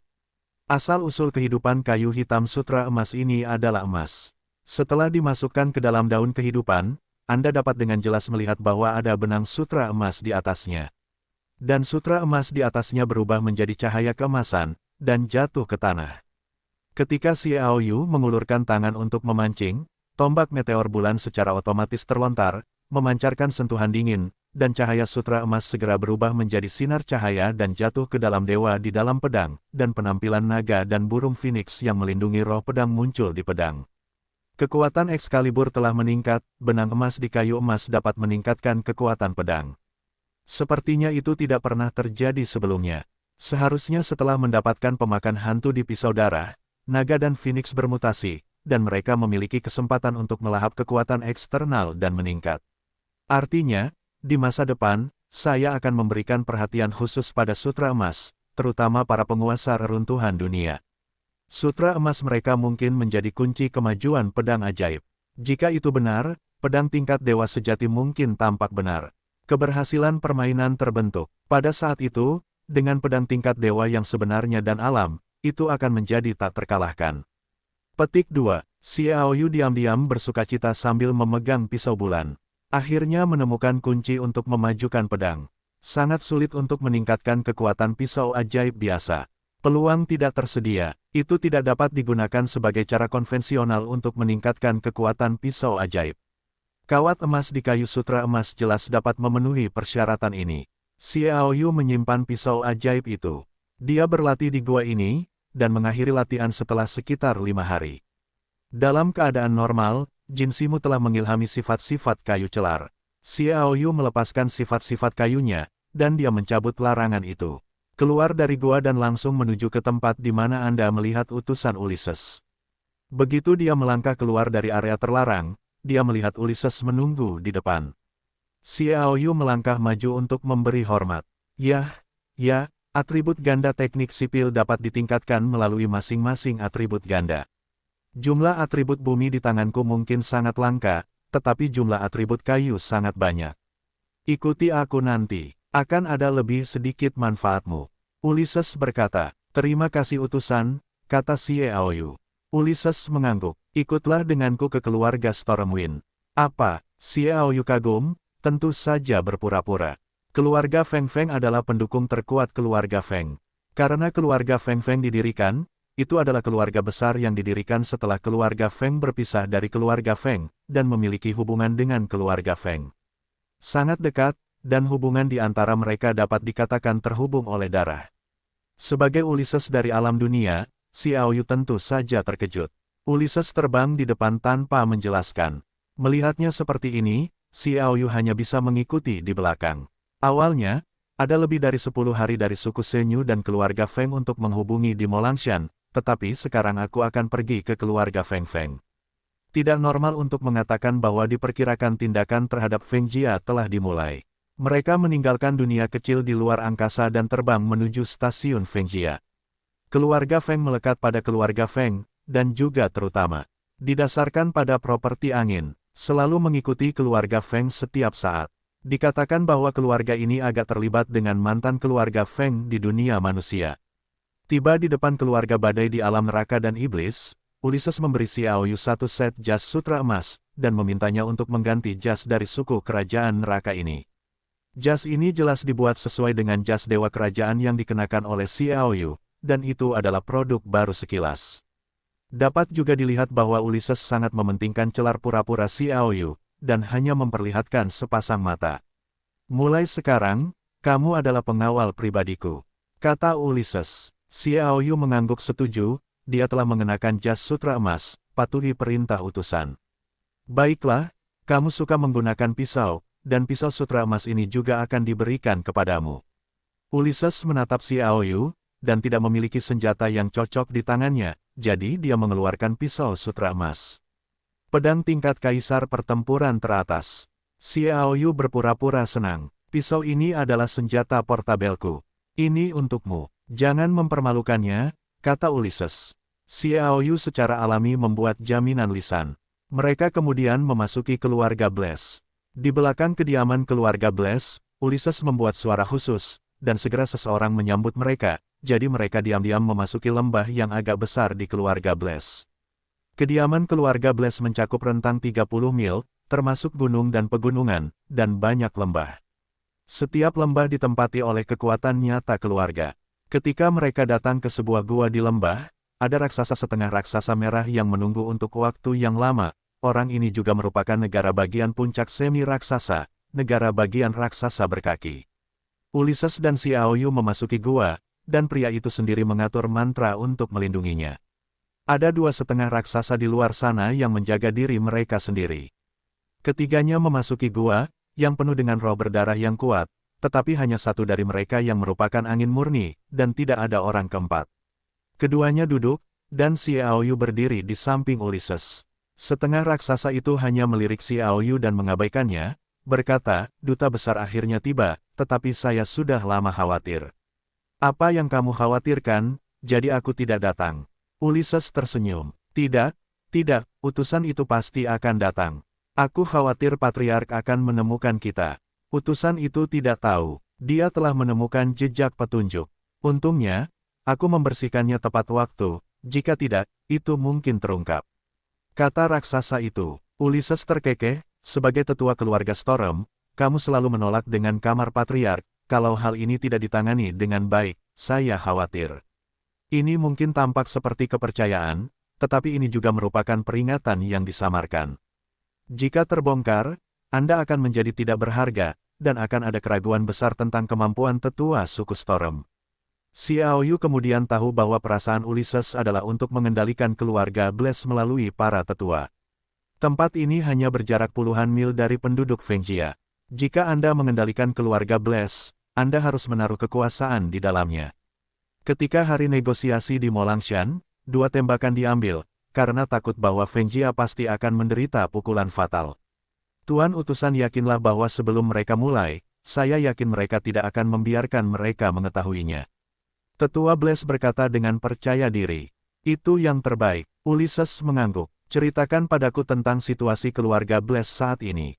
Elder Blaise berkata, situasinya sangat baik bagi kita. Menurut instruksi utusan, kita telah menggunakan metode rahasia untuk mengendalikan semua tetua netral. Selain kekuatan yang berada di bawah kendaliku, kita telah mengendalikan hampir seperempat kekuatan keluarga Blaise. Aku belum menyadarinya. Jika kita menyadarinya, aku sarankan kita segera berangkat, karena putra Patriark Feng Dao pergi berlatih, dan dia mengirim angin yang memiliki telinga pendengaran hari itu untuk menyatakan bahwa angin akan datang. Ulysses berkata, mudah untuk memusnahkan mereka, dan kamu harus memberiku jawaban yang pasti. Jawaban apa? Elder Blaise berkata, setelah kamu mengendalikan keluarga Hurichane, dapatkah kamu menjamin bahwa keluarga Hurichane tidak akan menyadari adanya kelainan apapun sebelum kamu mulai bekerja pada keluarga Hurichane? Ingatlah bahwa kamu tidak dapat menunjukkan sedikit pun petunjuk. Ulysses berkata dalam-dalam, aku telah mengatur masalah ini, dan orang dewasa dapat merasa tenang. Elder Blaise berkata, Ulysses berkata, bicaralah untuk mendengar. Elder Blaise berkata, di tempat kami menginap, saya menemukan tempat di mana mantan raksasa itu bercokol. Saya telah sepenuhnya memblokir berita itu. Pada saat itu, saya dapat mengatakan bahwa para leluhur telah pergi untuk menyelidiki reruntuhan itu, dan para leluhur ada juga orang-orang di bawah kendali saya, jadi saya dapat bersaksi, dan saya tidak akan menunjukkannya. Petik 2. Itu yang terbaik. Ulysses mengangguk. Apakah Anda telah mengatur seseorang untuk membunuh Feng Dao? 8 tetua yang mengambil gambar itu sendiri, kata Elder Feng Feng. Sambil melambaikan tangannya, Ulysses berkata, 8 tetua juga berangin. Jika dia menembak, itu juga dapat menimbulkan kecurigaan. Biarkan pengawal pribadi saya menembak. Xiao Yu kemudian tahu tujuan perjalanannya adalah untuk membunuh Feng Dao Pro. Dengan setelan kayu sutra emas, pisau kayu sutra emas, dan sifat-sifat kayu yang telah diilhami, maka wajar saja untuk tidak membunuh keluarga angin. Tetapi, apakah dia dapat menjamin keberhasilan? Feng Dao Lingxiu memang biasa-biasa saja, tetapi angin di sekitarnya tidak sederhana. Dia tidak hanya terlahir dengan telinga dan telinga, tetapi juga sulit untuk didekati, bahkan jika dia tidak rendah. Jalan, tidak pernah setengah raksasa, kata Ulysses. Penatua Blaise berkata, tidak, Feng Dao hanya akan meninggalkan patriark ketika dia pergi. Dia tidak meninggalkan tempat tinggal keluarga Blaise. Secara alami, dia tidak perlu mengirim setengah raksasa untuk melindunginya. Aku bahkan tidak tahu apa daerah terlarang itu, apa yang ada di sana. Ulysses tertawa, itu sebabnya aku berkata, kamu tidak tahu apakah kamu ingin dia pergi. Kamu dapat menjamin bahwa 8 tetua akan berhasil jika mereka mengambil gambar. Bahkan jika kamu dan aku mengambil gambar, mereka semua mungkin gagal, tetapi jika dia pergi, mereka akan gagal lagi. Bagaimana? Penatua Blaise berkata, bawahan mengerti. Ulysses berdiri dan memberitahu Xiao Yu, ingat, hidup adalah hal yang paling penting. Ini adalah ujian pertamamu. Aku tahu, Xiao Yu berkata. Kemudian dia keluar dari gua, dan para tetua badai membawa mereka ke tempat di mana angin akan berlatih.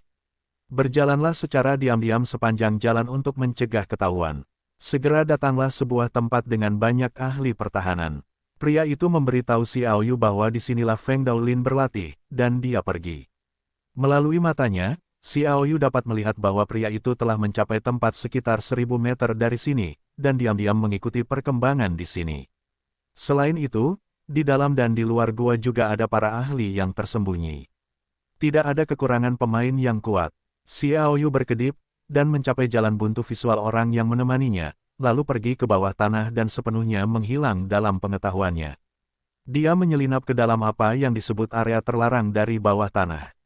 Tempat ini adalah sebuah lembah kecil. Xiao Yu bersembunyi di dalam tanah. Jika Anda melihat situasi di atas, Anda dapat melihat bahwa ada kabut tebal di tengahnya. Seorang pria yang tampak berusia 30 tahun sedang berlatih. Dia duduk di bawahnya. Dengan batu yang bulat dan aneh, batu itu memberikan roh Tuhan yang sangat murni, membuatnya berlatih dengan sangat cepat, berdampak pada alam surgawi. Ada 2 tuan di sampingnya. Telinga seseorang jelas lebih besar dari pangkuan orang kebanyakan. Seharusnya angin yang lahir untuk mendengarkan angin, dan yang lainnya membuat Xiao Yu merasa rumit. Dia adalah pria kuat yang akan menginjakkan kaki di semi raksasa.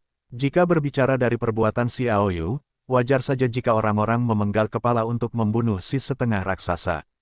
Dia sangat yakin tidak akan menggunakan kekuatan mental dan api tak berwarnanya, tetapi sekarang dia berpura-pura menjadi seral. Maka itu tidak akan pernah bisa menjadi lawan mereka, apalagi membunuh di depan mereka. Petik 2.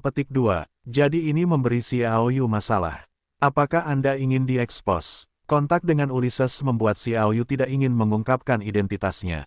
Dia merasa bahwa identitas Celal, setidaknya untuk saat ini, masih berguna. Misalnya, dia memiliki kesempatan untuk mengetahui beberapa rahasia tentang reruntuhan dunia dari Ulysses. Satu hal adalah mendapatkan sesuatu seperti kayu sutra emas, tetapi itu adalah artefak berharga yang dapat memajukan pisau ajaib. Xiao Yu terjerat. Dia tidak langsung melakukannya, bagaimanapun, situasi saat ini adalah di sini. Anda dapat melakukannya terlebih dahulu, dan selama cara ini ada di sini, tidak perlu khawatir tentang masalah perencanaan. Jika Anda memikirkannya, dia selalu menemukan sedikit tempat ajaib. Yang disebut sihir adalah batu aneh yang berada di terowongan angin. Sekilas, batu ini terlihat seperti batu bulat, tetapi berbeda. Ada beberapa garis aneh di atasnya, dan memancarkan napas roh seperti angin yang sangat kuat. Setelah dibaptis dengan batu yang luar biasa ini, napas rohnya benar-benar murni. Turun, itu dapat sepenuhnya diubah menjadi angin dan semangat juang oleh Feng Daolin, dan kultivasinya hanyalah kekerasan yang merajalela dengan cara yang menyimpang. Apa-apaan benda ini, bahkan lebih buruk dari hidupku. Tingkat kekuatan tempur King Kongku terlalu tinggi, dan itu membutuhkan banyak temper. Dalam hal ini, kecepatan kultivasi terowongan angin bahkan lebih cepat dariku. Tidak heran tempat ini akan dilarang oleh para leluhur. Mata Xiao Yu bersinar lurus untuk mengunci batu aneh itu. Jika ada benda yang luar biasa seperti itu, bahkan jika itu mengungkapkan identitasnya, itu akan mengorbankannya. Baru kemudian ia tidak memberi perhatian khusus pada batu aneh ini. Bagaimanapun, Xiao Yu, yang memiliki Ming Ye, berkultivasi terlalu cepat, dan tidak peduli dengan kecepatan orang lain. Pada saat itu, saya menemukan bahwa itu segera mengubah sikap saya. Dia segera bergerak maju, turun ke sana, untuk mencegah terdengar oleh angin Xuanming. Xiao Yu menyembunyikan dirinya ke suatu tempat sekitar 1000 meter di bawah tanah dan mengamati dengan saksama melalui matanya. Jarak ini, di dalam tanah, terhalang oleh bumi, membuatnya sulit dideteksi. Mata terkunci pada batu-batu aneh. Adapun 3 orang yang berdiri di belakang, itu tidak sepadan dengan pengamatan Xiao Yu. Dengan pengamatan yang cermat terhadap seluruh tubuh, Xiao Yu akhirnya menemukan misteri batu aneh itu. Bagian esensi garis pertama yang sangat samar dari roh dewa di sekitarnya akan memasuki batu aneh itu, dan kemudian garis di bagian bawah batu aneh ini akan bekerja dengan lembut, dan kemudian napas roh yang terpancar dari dalam melonjak lebih dari 10 kali, dan semuanya sangat murni. Ajaib, melihat ini, Xiao Yu hanya bisa memuji kata. Ajaib, tidak ada satupun daun kehidupannya yang begitu mampu. Xiao Yu berpikir untuk meraihnya, dan segera setelah pemaparan itu, semuanya sepadan dengan batu ajaib ini. Tepat saat dia ingin melakukannya, Kislev tiba-tiba gemetar. Sebuah lingkaran cahaya samar dilepaskan dari dalam, membungkus batu-batu aneh itu, lalu terowongan angin berhenti berlatih dan terbang ke samping. Ini mulai lagi, keteraturannya terlalu kuat. Feng Daolin berkata sedikit tertekan, tampaknya berhenti berlatih karena perubahan pada Kislev, tidak sekali atau 2 kali. Patriark muda tidak perlu tertekan. Bantuan yang diberikannya kepada Patriark muda tidak lebih besar. Apa kerugiannya? Feng Xuanming tertawa. Lagi pula, setiap kali seperti ini, roh spiritual yang diberikannya akan semakin banyak. Murni, itu juga sangat membantu kultivasi sang Patriark. Feng Daolindao berkata, itu benar, tetapi aku tidak tahu apakah ayahku dapat mengetahui asal-usul batu ini. Jika aku dapat menemukan lebih banyak, keluarga Blessku dapat berkembang pesat. Sangat sulit. Dilihat dari situasi saat ini, hal yang menakjubkan ini kemungkinan besar berasal dari dunia kecil yang tidak mencolok di era dunia kerajaan, sesuatu di dunia batu. Feng Xuanming berkata, Xiao Yu diam-diam mendengarkan percakapan mereka, dan sekali lagi mengeluarkan peta lengkap dunia neraka dan iblis yang digambarkan oleh iblis Meiju. Dia memeriksa, ada juga tanda-tanda di rumah keluarga Gale, tetapi tidak disebutkan di era alam semesta. Itu lebih dari 1 juta tahun yang lalu yang menewaskan lebih dari selusin raksasa, belum lagi dunia. Xiao Yu menyimpan peta itu. Dia juga menunggu dengan tenang untuk pengamatan. Kislev bergetar sangat sering. Lingkaran cahaya di permukaan diselimuti oleh mata telanjang. Mata Xiao Yu dapat melihat melalui lingkaran cahaya itu bahwa garis-garis pada batu giok itu juga mekar samar-samar. Mereka masih berjalan perlahan, terus-menerus menembus batu aneh itu, dan kemudian muncul. Dengan perubahannya, Xiao Yu memperhatikan bahwa seluruh lembah itu jelas berubah. Mereka bertiga, Feng Daolin, Del, tidak dapat melihatnya sama sekali, yaitu, hati Xiao Yu menutupi 100.000 mil, sehingga mereka dapat dimasukkan ke dalam mata. Dengan perasaan itu, mereka tidak dapat merasakannya sama sekali. Dan Xiao Yu juga menemukan bahwa jika Anda meninggalkan lembah, Anda tidak dapat melihat perubahan di dalamnya. Secara keseluruhan, aneh. Ada fluktuasi energi aneh di 3 bukit di sekitar lembah, dengan frekuensi yang sama dengan Kislev, dan gelombang hanya terjadi setelah Kislev mencapai level tertentu, tampaknya disebabkan oleh Kislev. Kekuatan aneh di bukit itu, saya belum pernah melihatnya, itu bukan kekuatan mantra, juga bukan kekuatan tempur, fluktuasi kekuatannya, dan bahkan tidak ada hubungannya dengan tanah. Dalam lingkup pengamatan hati mata, ada 134 megalit yang bergetar di dalam, tetapi tidak ada perubahan di luar, yang mirip dengan situasi di bukit, dan kekuatan ini tidak dapat dirasakan kecuali jika bersentuhan. Situasi ini jelas merupakan kekuatan legendaris Stoneworld. Xiao Yu hampir menyimpulkan bahwa batu aneh itu pasti berasal dari dunia batu yang pernah ada, dunia kecil yang sangat istimewa. Guncangan itu terus berlanjut dan tidak pernah berhenti. Waktu berlalu sedikit demi sedikit. Sekitar setengah jam kemudian, Xiao Yu menemukan bahwa gelombang energi aneh dilepaskan di dalam batu aneh itu. Setelah sekitar 10 meter di bawah tanah, belokan 90 derajat segera dilakukan, sejajar dengan tanah dan menuju ke bukit di sebelah kiri. Setelah tiba di sana, ada sedikit kekuatan yang mengalir ke bukit itu. Xiao Yu melihat ini, dan hatinya melihat ke sepanjang aliran energi itu. Saya melihat bahwa di tengah bukit, ada bola bundar yang sangat jernih, sangat bulat, tanpa jejak cacat. Sekilas, itu tampak seperti bola kristal besar, dan kekuatan menyatu di dalamnya. Akan ada sedikit gelombang fluktuasi energi, membentuk sesuatu yang samar. Jika Anda melihat lebih dekat, Anda akan menemukan bahwa itu seharusnya sebuah salib. Koordinat spasial, Xiao Yu bingung. Dia tidak tahu banyak tentang mantra itu, tetapi dia memiliki sedikit pemahaman tentang mantra ruang angkasa. Dia membutuhkan koordinat untuk menentukan posisi, dan kemudian dia dapat berteleportasi dari tempat lain sekaligus. Pemahaman tentang makna ruang lebih dalam, dan secara alami dapat ditentukan bahwa itu adalah koordinat ruang angkasa. Setiap koordinat ruang harus terkait dengan transmisi ruang. Melihat situasi ini, reaksi pertama Xiao Yu adalah seseorang menggunakan batu aneh ini untuk membuat koordinat spasial. Tujuannya adalah untuk datang ke sini, tetapi batu aneh itu berasal dari dunia batu. Apakah itu berarti bahwa orang-orang di dunia batu dan para penyintas menggunakan metode rahasia khusus untuk menggunakan bagaimana bisa ke sini? Pikiran itu berlalu begitu saja. Xiao Yu juga terbang ke sini. Ketika dia ingin memasuki bukit, dia menemukan bahwa versi belatung tanah yang ditingkatkan sebenarnya tidak dapat digunakan di bukit, dan sulit untuk memasukinya sama sekali. Dia mengulurkan tangan dan menyerang. Penggunaan kekuatan tempur King Kong yang lembut tidak akan membuat orang luar merasa bahwa dia sedang mengerahkan kekuatannya. Di bawah kendalinya, kekuatan tempur King Kong mulai menghancurkan batu yang keras dan tak tertandingi itu, mengubahnya menjadi bubuk, membentuk ruang yang dapat dicairkan untuk satu orang masuk dan keluar. Dengan cara ini, ia memasuki bukit, dan di antara mereka, ia mencapai bagian depan kristal bundar.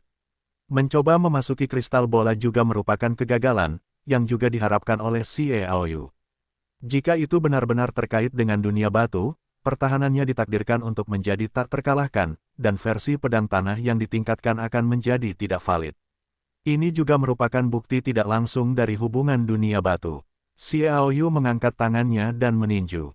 Itu terutama kekuatan yang selamat dari era Wanji. Tidak diragukan lagi, mereka akan menjadi pendukung terkuat Fang Junyu dari reruntuhan Wanji, dan kemungkinan besar itu terkait dengan Fang Junyu, jadi kekuatan seperti itu adalah musuh. Oh, kekuatan tempur King Kong meletus dan membombardir dengan kuat. Bola kristal itu bergetar sedikit, tetapi tidak ada yang hilang, dan bahkan jejak retakan pun tidak muncul, yang mengejutkan Xiao Yu. Serangannya adalah 70% kekuatan, 17 kali lipat kekuatan tempur King Kong. Tidak ada respons. Seberapa keras kristal manik ini?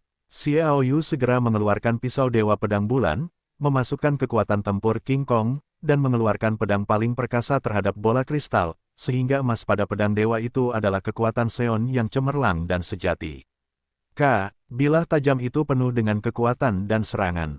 Dengan satu tembakan, bola itu hancur, tetapi tidak banyak yang terpotong. Itu hanya membiarkan bilah pisau ajaib itu melorot ke dalamnya. Koordinat ruang dari pusat itu jauh. Xiao Yu mengeluarkan pisau ajaib itu dan memotongnya lagi. Kakak, aku membidik jejak yang ditinggalkan oleh pisau pertama, dan terus menebasnya. Dalam sekejap mata, itu dipotong oleh 18 pisau. Jarak dari koordinat ruang pusat hanya lebih dari 10 cm, tetapi itu semakin keras dan keras. Pisau itu tidak dapat dengan mudah mematahkan 1 cm, dan itu membutuhkan kekuatan tempur King Kong untuk melakukan serangan penuh untuk memperdalamnya. Jadi pemotongan terus-menerus. Pada saat pedang ke-90, perlindungan kristal bola akhirnya rusak, dan koordinat ruang yang sedang terbentuk terlihat. Pada saat ini, kekuatan bumi murni yang kuat melonjak keluar dari dalam, yang langsung membuat ini ruang itu penuh dengan esensi kekuatan tanah yang kaya. Xiao Yu ragu-ragu sejenak, lalu melepaskan tanah pamungkas yang maju ke tanah suci, menyerap esensi kekuatan berbasis tanah itu. Namun dalam waktu setengah menit, kristal bola menyusut menjadi lingkaran kecil, dan bumi pamungkas tiba-tiba memasuki alam bumi suci. Keberadaan batu giok ajaib dapat memberi Xiaoyu berbagai kekuatan alam yang dihasilkan dari langit dan bumi. Bumi suci tingkat lanjut yang utama adalah untuk mempersiapkan kemajuan guntur dewa setengah dewa. Tentu saja, perlu untuk sepenuhnya mengubah tanah suci menjadi kekuatan murni, yang disediakan untuk guntur dewa setengah dewa, masih perlu mencapai tanah suci Dacheng. Petik 2. Penggunaan kekuatan tanah ini oleh Xiaoyu selalu hati-hati. Jangan menggunakannya jika Anda tidak dapat menggunakannya, jika tidak akan terjadi masalah, yang akan memengaruhi kemajuan guntur dewa setengah dewa. Kali ini saya mendapat beberapa tanah ekstrim di dunia luar angkasa yang besar, sehingga tanah ekstremnya mulai maju. Dia memperkirakan bahwa akan memakan waktu 1 atau 2 tahun untuk menyelesaikan kemajuan. Dia tidak pernah berpikir bahwa dia akan mencapai tingkat tanah suci secepat itu, dan bahwa kristal bulat itu tidak banyak menyusut, dan itu masih sangat besar. Tanah suci masih menyerap kekuatan. Terus tumbuh. Hu mengatakan bahwa kecepatan peningkatan yang terlihat oleh mata telanjang akan mengejutkan ketika orang lain mengetahuinya. Ini juga pertama kalinya Xiaoyu melihat proses lambat kemajuan dewa setengahnya, Thunder, mengalaminya secara langsung. Dunia batu itu sendiri adalah ekspresi pamungkas dari kekuatan bumi. Hampir semua kekuatan dunia batu diubah dari kekuatan bumi, jadi kekuatan dunia batu berbeda dan sulit dideteksi oleh orang luar. Dengan kekuatan misterius dunia batu, tanah suci seharusnya mencapai medium. Xiaoyu tentu saja sangat senang dengan perubahan ini. Dia mendesak tanah suci untuk terus menyerap dan meningkatkan kekuatannya, sambil mengamati situasi di luar. Batu aneh itu masih bergetar, koordinat ruang memancarkan lingkaran cahaya samar, dan sisi berlawanan dari luar tidak menyadarinya. Kristal bulat terus menyusut dan menyusut. Segera menyusut hingga ukuran diameter sekitar 30 cm, dan kekuatan tanah suci mencapai tingkat yang sangat tinggi. Xiaoyu merasa bahwa tanah suci membawa roh para dewa ke sini menjadi atribut bumi murni, tetapi itu juga cocok untuknya. Kultivasi, ketika Anda menunggu, Anda tinggal mengeluarkan daun dan berlatih. Keduanya menyediakan, dan kecepatan latihannya cukup cepat. Apa yang terjadi? Batu aneh ini tampaknya bergerak cukup lama hari ini. Ya, biasanya berakhir sekitar setengah jam. Sekarang sudah hampir 1 jam. Apakah ada sesuatu yang tidak normal? Setidaknya tidak ada yang berubah di dekatnya, dan tampaknya tidak memiliki kekuatan untuk melepaskannya. Telingaku tidak mendengar apapun, seharusnya tidak. Mengapa kita tidak memeriksanya? Kepala keluarga tidak diperbolehkan. Begitu ada cacat, efek ini akan hilang di masa mendatang. Kecepatan latihan kepala keluarga akan melambat, dan juga akan sangat tidak menguntungkan bagi pangeran utama untuk memengaruhi para raksasa. Kita tidak bisa hanya menunggu. Hanya begitu, Feng Daolin dan 3 lainnya bingung dengan perubahan aneh di Kislev. Mereka hanya dapat mengamati, tanpa mata mereka, di bawah mata telanjang, mereka tidak dapat melihat perubahan apapun di bawah cahaya di sekitar permukaan batu aneh itu. Ketika titik cahaya ungu muncul di jiwa Xiaoyu, bola kristal itu akhirnya sepenuhnya diserap oleh tanah suci, dan hanya koordinat ruang yang tersisa di dalamnya. Lihatlah tanah suci saat ini. Xiaoyu segera menyimpulkan bahwa tanah sucinya sudah setara dengan medium, dan jika dia dipromosikan, dia dapat langsung mencapai tanah suci alam Dacheng. Koordinat ruang itu terungkap, dan segera terbalik, menaburkan lingkaran cahaya putih, membentuk lubang melingkar berdiameter sekitar 3 meter, yang mulai terus-menerus dihiasi dengan simbol mantra, yaitu, seseorang sedang melewati koordinat ruang ini, dipindahkan ke sini. Xiaoyu menyipitkan mata dan melihat. Dia berhenti sejenak, lalu melesat keluar dengan kilat. Terputus. Pedang itu menebas koordinat ruang itu. Dalam satu serangan, koordinat ruang berfluktuasi dengan hebat dan tidak pernah runtuh. Gerakan ini merangsang tuan dari pihak lain yang akan dipindahkan melalui koordinat ruang ini, dan kekuatan dahsyat melonjak keluar dari susunan teleportasi transfer ruang yang terbentuk dalam sekejap, dan kembali. Xiaoyu menyeringai dan bersembunyi di ruang pertempuran. Ledakan, kekuatan mengerikan itu bergetar dan akhirnya bukit yang keras itu bergetar hebat, sehingga orang-orang di luar dapat melihat situasinya, dan retakan muncul di bukit itu. Setelah kekuatan itu menghilang, Xiaoyu melepaskan ruang pertempuran. Itu pisau lagi. Serangan ini membuat koordinat ruang rusak parah, dan matriks teleportasi mantra ruang yang terbentuk juga dibombardir, menunjukkan tanda-tanda pecah. Ini sekali lagi menyebabkan serangan hebat itu. Xiaoyu bersembunyi lagi. 6 kali berturut-turut sebelum dan sesudahnya, koordinat ruang akhirnya menunjukkan tanda-tanda pecah. Kerusakan pada formasi mantra ruang bahkan lebih parah, meninggalkan lebih dari selusin retakan, yang juga menyebabkan pemboman konstan volume kekerasan, membuat bukit muncul. Tanda-tanda runtuh, tetapi karena kekuatan khusus dunia batu, itu masih sangat keras. Setelah muncul lagi, Xiaoyu tidak menyerang, tetapi menghadapi sudut 3 Feng Daolin, dan dia keluar dengan tebasan dan meledakkan sebuah lorong. Dia sendiri mengambil kesempatan untuk menyelam ke dalam tanah, dan mengulurkan tangan serta meraih kerikil yang jatuh di terowongan yang digalinya, menghalanginya, lalu melewati sekop tanah untuk meninggalkan bukit, dan datang ke sisi batu aneh itu lagi. Perubahan di bukit telah lama menarik perhatian mereka. Tiba-tiba sebuah kekuatan meletus, dan munculnya sebuah lorong segera menyebabkan ketiganya menjadi waspada, dan mereka bertiga segera tampak waspada. Melihat dengan saksama, kepala patriark berhati-hati. Feng Xuanming dan master lainnya melintas pada saat yang sama, menghalangi jalur angin di belakang mereka, pedang keduanya berada di dada, menatap gua. Secara alami tidak ada perubahan di dalamnya, tetapi ada fluktuasi dalam kekuatan ruang. Apa isinya? Feng Daolin bertanya. Telinga Feng Xuanming yang luar biasa bergetar dan mendengarkan dengan saksama. Telinga-telinga yang dia dengarkan hari itu dapat mensimulasikan situasi di dalam sesuai dengan aliran udara, yang mirip dengan sinertong. Perbedaannya adalah dia memiliki efek yang lebih besar. Hanya ada satu formasi teleportasi mantra ruang angkasa, tidak ada yang lain. Feng Xuan berkata dengan ragu. Tidak ada yang ingin mengambil kesempatan ini untuk datang ke tempat kita dan menyerang kita, kan? Kata ahli lainnya, bingung. Masuklah dan lihat, kata Feng Xuanming. Ahli itu mengangguk setuju. Sedangkan untuk Feng Dao Pro, dia diminta untuk tetap di luar.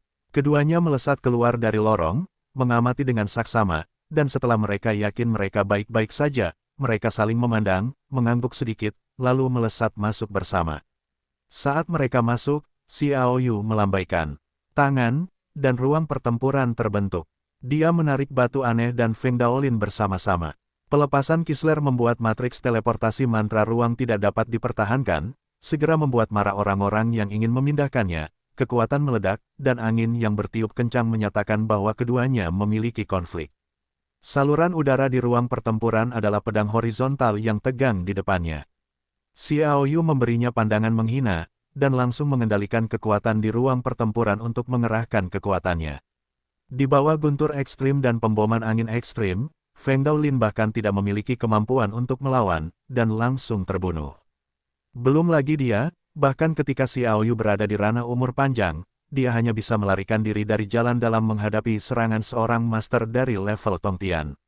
Tidak ada ketegangan. Sebelum Feng Dao dipenggal, dia mengulurkan tangan dan meraih batu aneh itu. Dia dengan cepat meninggalkan tempat itu melalui pekerjaan tanah, dan mencapai gunung tinggi di luar lembah, di mana dia bisa mengamati perubahan di sana. Masalah melemparkan ke orang lain. Hal yang baik adalah menjadi milikmu. Dia mengeluarkan batu aneh itu dan menelitinya. Benda ini agak terlalu ajaib, yaitu, ia menyerap jejak esensi roh-roh, dan ia benar-benar dapat melepaskan 10 kali lebih banyak roh-roh murni. Dalam hal ini, untuk kultivasi, bukankah itu harta karun tertinggi yang dapat membiarkan kehidupan Ye Gan menyembah angin? Meninggalkan lembah, sihir dewa aktif di dekat sini. Bagaimanapun, tempat ini adalah dunia dewa, yang membutuhkan pengaturan khusus sebelum dapat diubah menjadi roh para dewa untuk kultivasi. Xiaoyu membawanya untuk mengamati dengan saksama. Setelah memutuskan hubungan dengan matriks transmisi mantra ruang angkasa di bukit, garis-garis di atas jelas meningkat 3 atau 4 poin, dan lebih membulat, seperti danau yang berkaca-kaca, menahan seperti karya seni yang sempurna. Sedikit sihir dewa mulai kehilangan sedikit esensi, diserap oleh Kisler. Kemudian lihat garis-garis di atas, secara bertahap memancarkan lingkaran cahaya samar, mengalir dengan lembut, lapisan dalam batu aneh itu tampak menjulang sebagai lapisan lingkaran cahaya hitam muda. Napas dewa masuk, dan dapat mengeluarkan 10 kali lipat udara murni para dewa, begitu juga napas neraka, jadi yang lain juga harus baik-baik saja. Di mana daun kehidupanku? Daun kehidupan melepaskan napas kehidupan, dan sangat berat, tebal, dan kaya. Jika dilepaskan lagi melalui batu aneh ini, jumlahnya jelas akan meningkat tajam, jumlah yang sangat mengkhawatirkan. Untuk kultivasi, Saya khawatir semua orang akan iri pada semua kalangan, bahkan orang-orang di zaman kutukan langit, itu tidak akan pernah sebanding. Xiao Yu memikirkan hal ini, jadi dia menggunakan ruang pertempuran untuk mengisolasi neraka dari luar.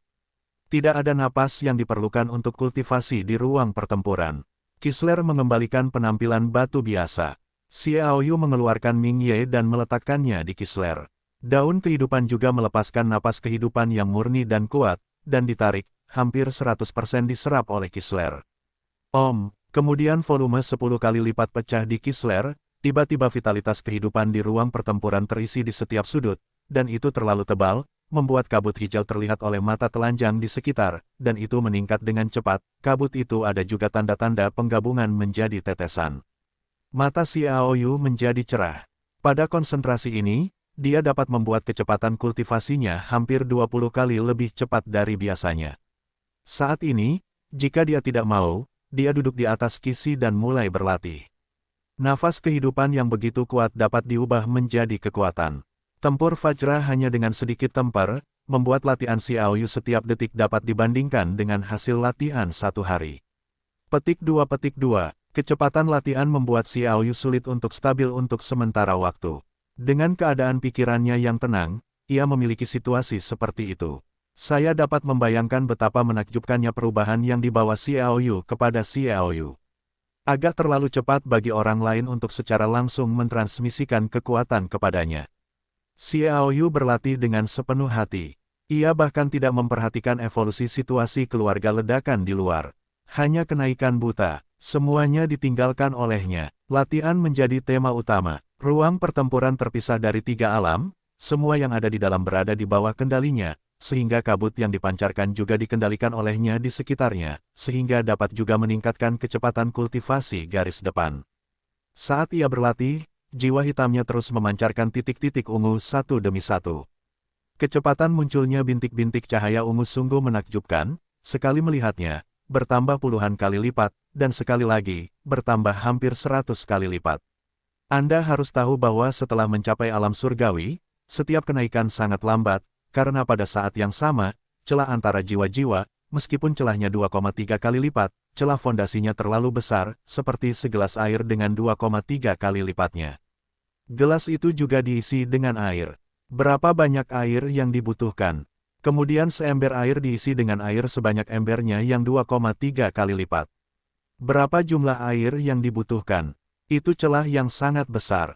Oleh karena itu, semakin tinggi kekuatannya, semakin lambat kultivasinya, bukan berarti kecepatan kultivasinya penuh, tetapi jumlah terobosannya terlalu banyak, tetapi tampaknya jauh lebih lambat. Xiao Yu benar-benar mengubah situasi kali ini. Kecepatan yang melonjak itu dapat membuat semua orang iri. Dengan kultivasinya, Ming Ye terus melepaskan napas kehidupan, dan Kisler berlari dengan kecepatan penuh. Secara bertahap, itu juga menjadi transparan, dan beberapa simbol mantra samar dapat terlihat samar-samar. Tidak terlalu jelas, tetapi bisa dilihat. Di tempat paling sentral, ada benda aneh yang mirip dengan bola kristal yang dihancurkan oleh Xiao Yu. Itu sangat kecil. Jika mata Xiao Yu dapat menembusnya, Anda akan menemukan bahwa ada satu lagi di bola kristal. Koordinat spasial perlahan terbentuk. Nafas kehidupan di daun kehidupan juga meningkat dengan jumlah transformasi Kisler, dan sebagian besar diserap oleh kristal bulatnya. Jika tidak, jumlah napas kehidupan yang dilepaskan oleh Kisler juga akan meningkat setidaknya 2 atau 3 kali lipat. Pada saat itu, adalah mungkin untuk membiarkan kecepatan kultivasi Xiao Yu mencapai tingkat yang sama sekali baru. 10 hari. Selama 10 hari penuh, Xiao Yu baru saja muncul titik cahaya jiwa ungu. Jiwanya akhirnya berubah menjadi ungu seluruhnya, dan masih berdampak pada ungu tua. Namun batu aneh itu juga menghentikan pelepasan napas kehidupan di kepala hari ke-10. Dan tidak lagi menyerap napas dari luar, tetapi juga sedikit gemetar. Melihat ini, Xiao Yu berhenti berlatih, menyingkirkan dedaunan, melihat mengapa Kisler berhenti bergerak, dan menemukan bahwa Kisler sedikit gemetar, sangat teratur, dan itu sangat mirip dengan situasi ketika terowongan angin hendak berlatih. Dan cahaya muncul di permukaan batu aneh itu, mata Xiao Yu menembus ke dalamnya, yaitu, garis-garis di permukaan batu aneh itu dapat terlihat. Prinsip Feng Daolin mengatakan itu mungkin berarti begitu. Efek Kisler hanya dapat digunakan selama 10 hari, dan kemudian akan ada getaran teratur. Apakah itu akan berfungsi setelah setengah jam? Xiaoyu teringat dialog antara Feng Daolin dan Feng Xuanming, dan dia menunggu selama setengah jam untuk melihat apakah Qi Xi akan kembali normal. Tidak peduli bagaimana, ketika dia melihatnya, cahaya di dalam Qi Xi tiba-tiba meledak menjadi ledakan, dan tiba-tiba membentuk topeng besar yang menutupi Xiaoyu. Kisler sendiri juga menjadi transparan. Kristal bola di tengah diputar, dan ada simbol mantra yang tak terhitung jumlahnya mengambang di atasnya. Sebelum Xiaoyu mengetahuinya, dia merasakan rasa tanpa bobot. Melawan ruang di luar tiga alam tidak dapat dilindungi. Ini adalah mantra teleportasi. Ketidakberbobotan berlangsung selama hampir setengah menit, Xiaoyu merasakan kilatan cahaya di depannya, dan cahaya itu muncul kembali. Dia jatuh dari langit, dan pertarungan sedang berlangsung di bawah. Xiaoyu dengan cepat menempatkan Kisler ke dalam cincin luar angkasa, dan orang-orang terbang di udara, melihat sekeliling. Dunia kecil di luar angkasa.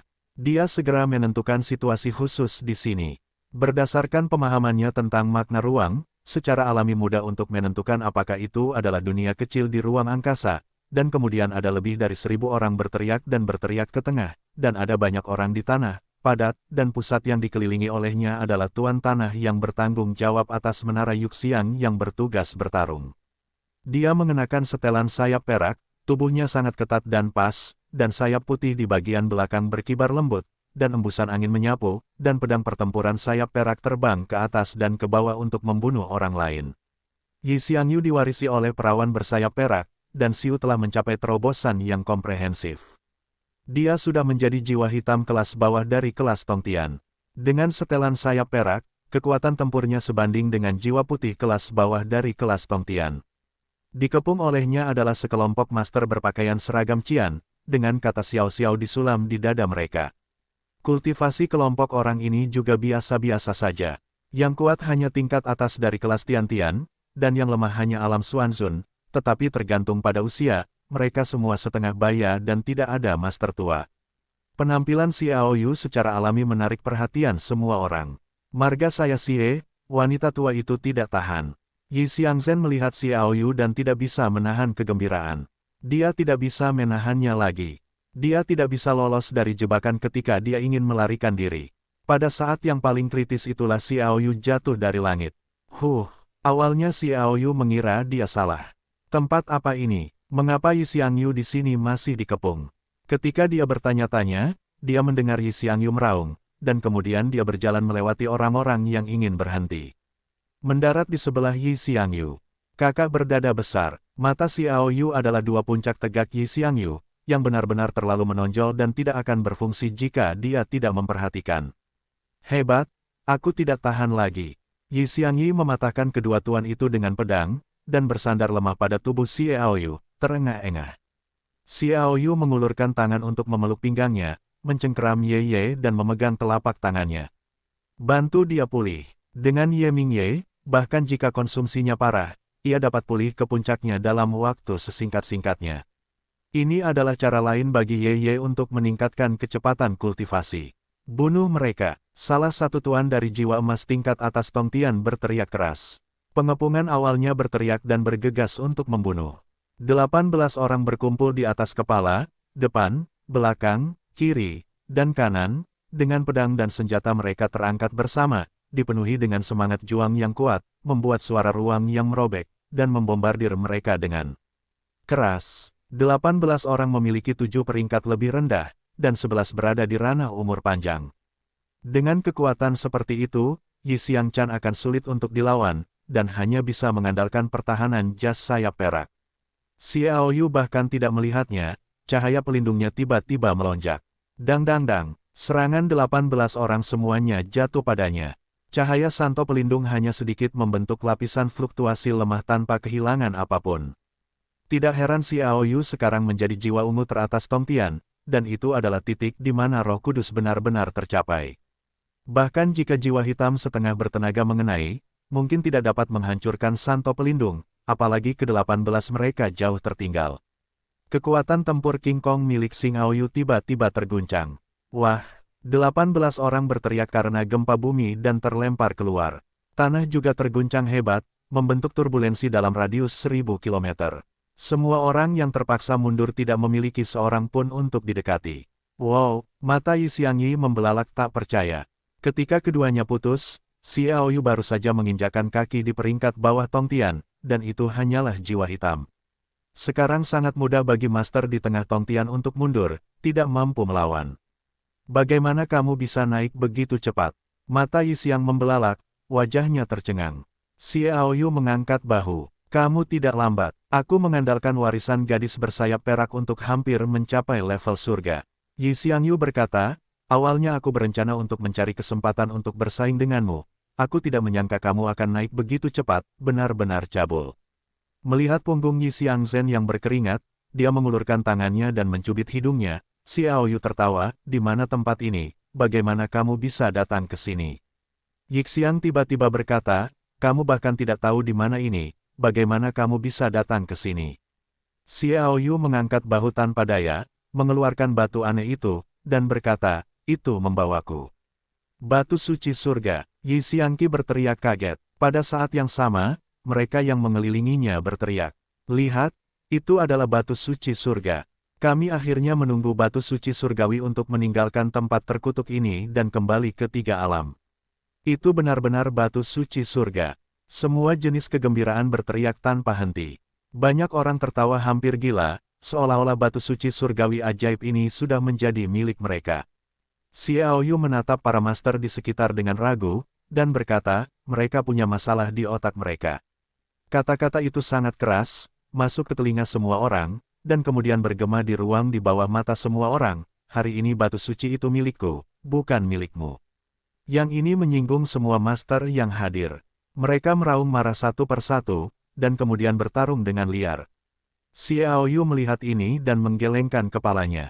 Bahkan jika ada lebih dari 2000 orang dengan kekuatan ini, mereka semua diberikan secara cuma-cuma, dan Thunder Cloud Skywing segera terbentang dari belakangnya. Angin ekstrim dan guntur ekstrim di atas berubah menjadi badai petir. Pedang itu membanjiri semua orang. Di bawah pemboman angin misterius dan pedang guntur, para master dari 10 yang bergegas semuanya terbunuh, dan hanya beberapa yang lolos. Tiba-tiba, di tempat kejadian, hanya mayat dan darah yang tersisa. Membunuh penonton dengan mudah. Petik 2. Bahkan master terkuat dari jiwa emas tingkat atas di kelas Tian-Tian terbunuh dan dikalahkan, tidak mampu bersaing, meninggalkan 3 atau 4 luka di tubuhnya, yang dibombardir oleh Lei Yuntianyi. Xiao Yu sangat bersih di sekitarnya. Sungguh menakjubkan, kata Yi Xiangqi tidak percaya. Anda tidak perlu melakukan apapun untuk membunuhnya lebih dari 1000 master yang sangat malu.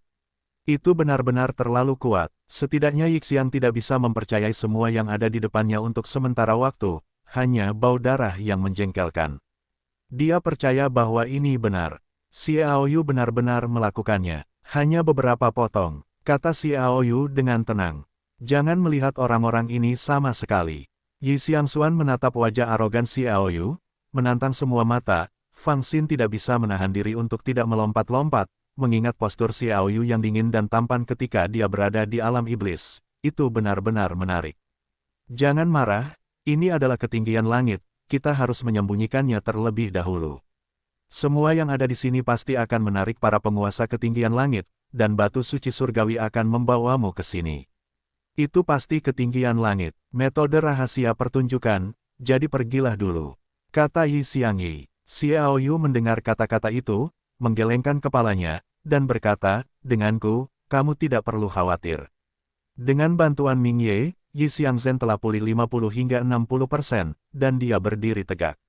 Xiao Yu berkedip dan bergegas ke master terkuat, tangkap dia, aku akan membaca ingatannya dan melihat apa misterinya. Apa? Master itu terkejut ketika dia melihat ini. Bagaimana Xiao Yu bisa terlalu cepat, dia tidak bisa melarikan diri sama sekali. Di bawah kengerian, orang ini meledak menjadi kekuatan bertarung yang luar biasa. Bagaimanapun, dia adalah pria yang kuat dengan jiwa emas superior di level Tian-Tian. Di bawah permainan level super, pedang ajaib di tangannya memancarkan kecemerlangan yang menyilaukan, menebas dengan ganas, dan kekuatannya sangat cepat. Seolah-olah dunia bisa hancur. Kekuatan yang begitu dahsyat bagi Xiao Yu, tetapi tampaknya agak lemah. Dia meraihnya dengan santai. Pukul. Tanpa mengenakan sarung tangan keheningan, dia meraih Excalibur kelas Battle Royale biasa yang tajam dengan tangan kosong. Kecepatan pedang yang sangat cepat, berhenti dalam waktu singkat.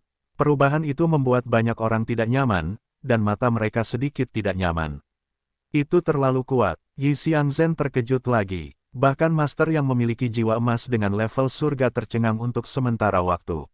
Aku tidak percaya bahwa Xiao Yu begitu kuat. Bahkan jika dia adalah setengah raksasa, dia tidak berani mengambil Excaliburnya dengan telapak tangannya. Pedang yang tajam itu sangat tajam. Pukul, mata lelaki itu melebar, seluruh tubuhnya tertanam dalam Excalibur, meraung dengan ganas. Xiao Yu tersenyum tipis, sesuai keinginanmu. Kekuatan tempur King Kong-nya juga meletus. Dalam hal kekuatan tempur Vajra, itu secara alami mengejutkan, dan Roh Kudusnya benar-benar lengkap, yang berarti bahwa pedang tingkat kaisar pertempuran biasa ini tidak berpengaruh pada Xiao Yu sama sekali, kecuali jika perbaikan pihak lain mungkin jauh lebih tinggi darinya. Pukulan, telapak tangan itu terbanting keras. Dalam suara yang tajam, semua orang tercengang. Pedang tingkat kaisar pertempuran biasa itu dipatahkan oleh Xiao Yu, kekuatan-kekuatan King Kong membungkus telapak tangannya, dan dia menepuknya secara langsung. Pedang yang patah itu langsung hancur. Kemudian meraih kerah pria itu, kekuatan tempur King Kong mengalir ke dalamnya, secara langsung memblokir dantian, membuatnya tidak dapat mengerahkan kekuatan apapun, dan akhirnya menamparkan roh surgawi orang itu dan membaca ingatannya. Serangkaian tindakan, bersih dan rapi, tanpa mengambil air secara offline. Sekejap mata sebelum dan sesudah tidak memungkinkan rekan ini untuk bereaksi. Setelah Yi Xiangyi juga menjadi stunner, aku berlari ke sini, dan membuat 2 putaran di sekitar Xiao Yu, berkata, tidak mudah.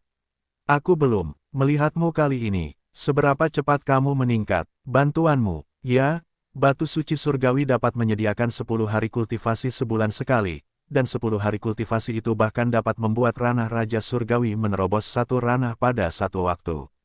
Xiao Yu tidak menjawab. Memori pria yang dibacanya juga berisi informasi tentang batu suci surga. Adapun teman-teman yang masih hidup dari orang ini, tidak ada dari mereka yang berani datang dan saling memandang, dan kemudian melihat darah mayat di tanah, membubung ke langit, dan melarikan diri.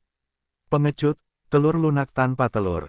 Teriak Yi Xiangqi. Itu tanpa bayangan, wanita yang kokoh. Xiao Yu juga menyeringai oleh penampilan Yi Xiang yang berani dan berani. Wanita ini benar-benar kokoh dan dia bisa keluar dari mulutnya. Jika dikatakan bahwa Yan Lingu kuat dalam pertempuran kultivasi, maka Yi Xiang adalah aspek kepribadian. Bicaralah dengan penuh perhatian, payudara besar, citramu, kata Xiao Yu.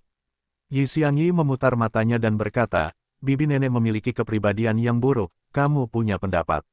Bagaimana aku mengatakannya adalah dermawan penyelamat hidupmu, kamu. Xiao Yu ingin mengatakan sesuatu, tetapi ingatan yang dicarinya membuatnya tiba-tiba berkonsentrasi, tidak lagi terjerat dengan Yi Xiangyu.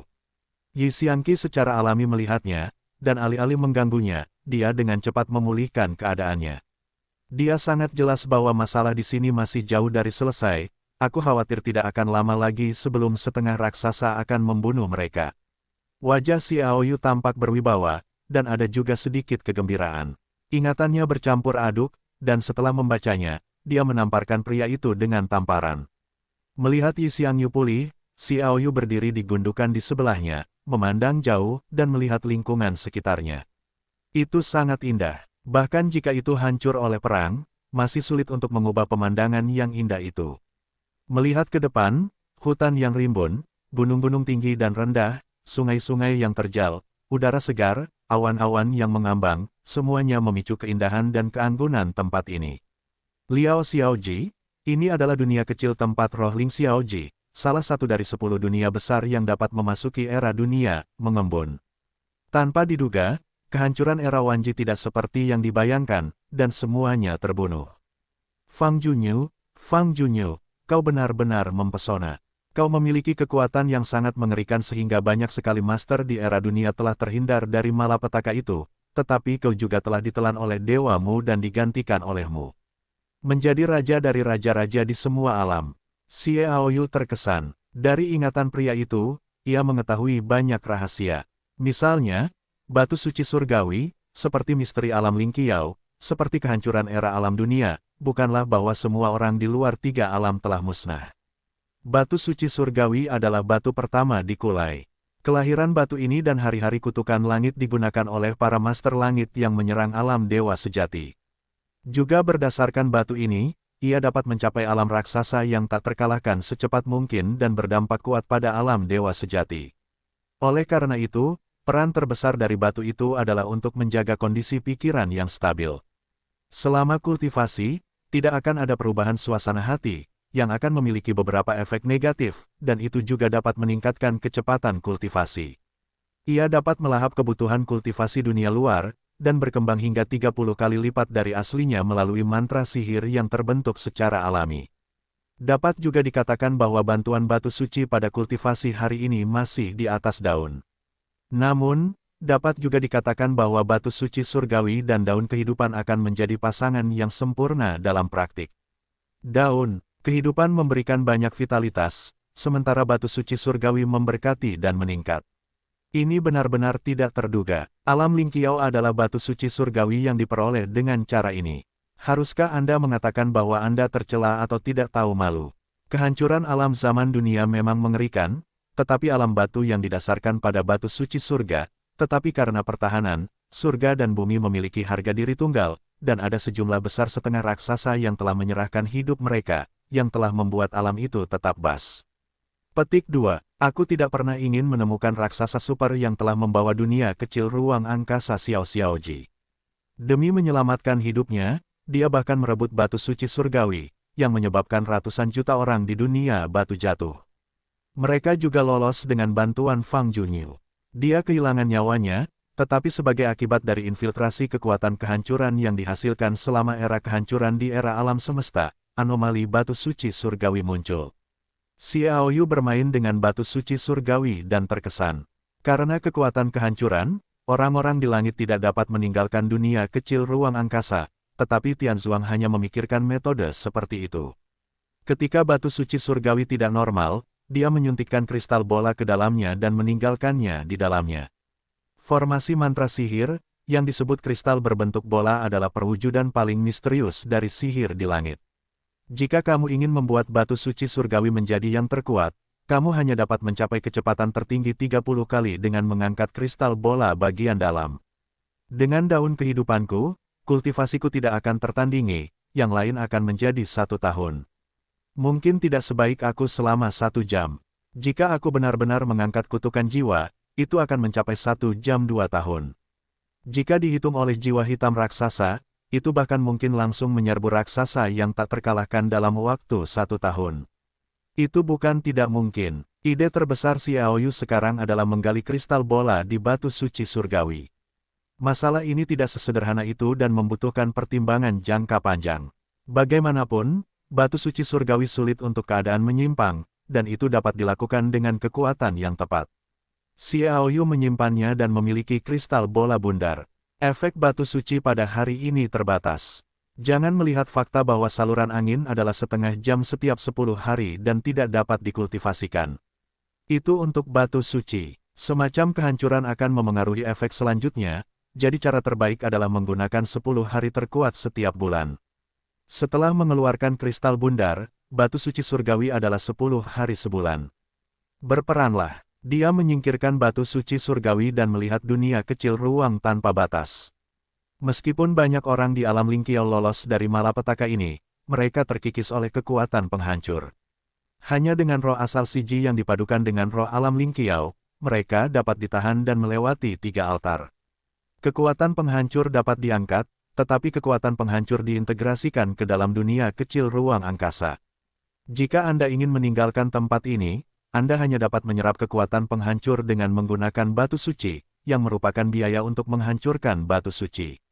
Ya, hehe, saya benar-benar merencanakannya. Saya mengatakan bagaimana batu suci surgawi ditempatkan di luar, dan perasaan itu diselesaikan oleh raksasa langit super raksasa yang membawa dunia kecil ruang angkasa sebelum kejatuhan. Sayangnya, setelah pertempuran yang tak terhitung jumlahnya di sana, langit batu suci telah dikeluarkan dari tanah, dan nasib Anda telah berhenti di sana. Xiaoyu mencibir, dan tentu saja dia tidak dapat mengeluarkan batu suci itu.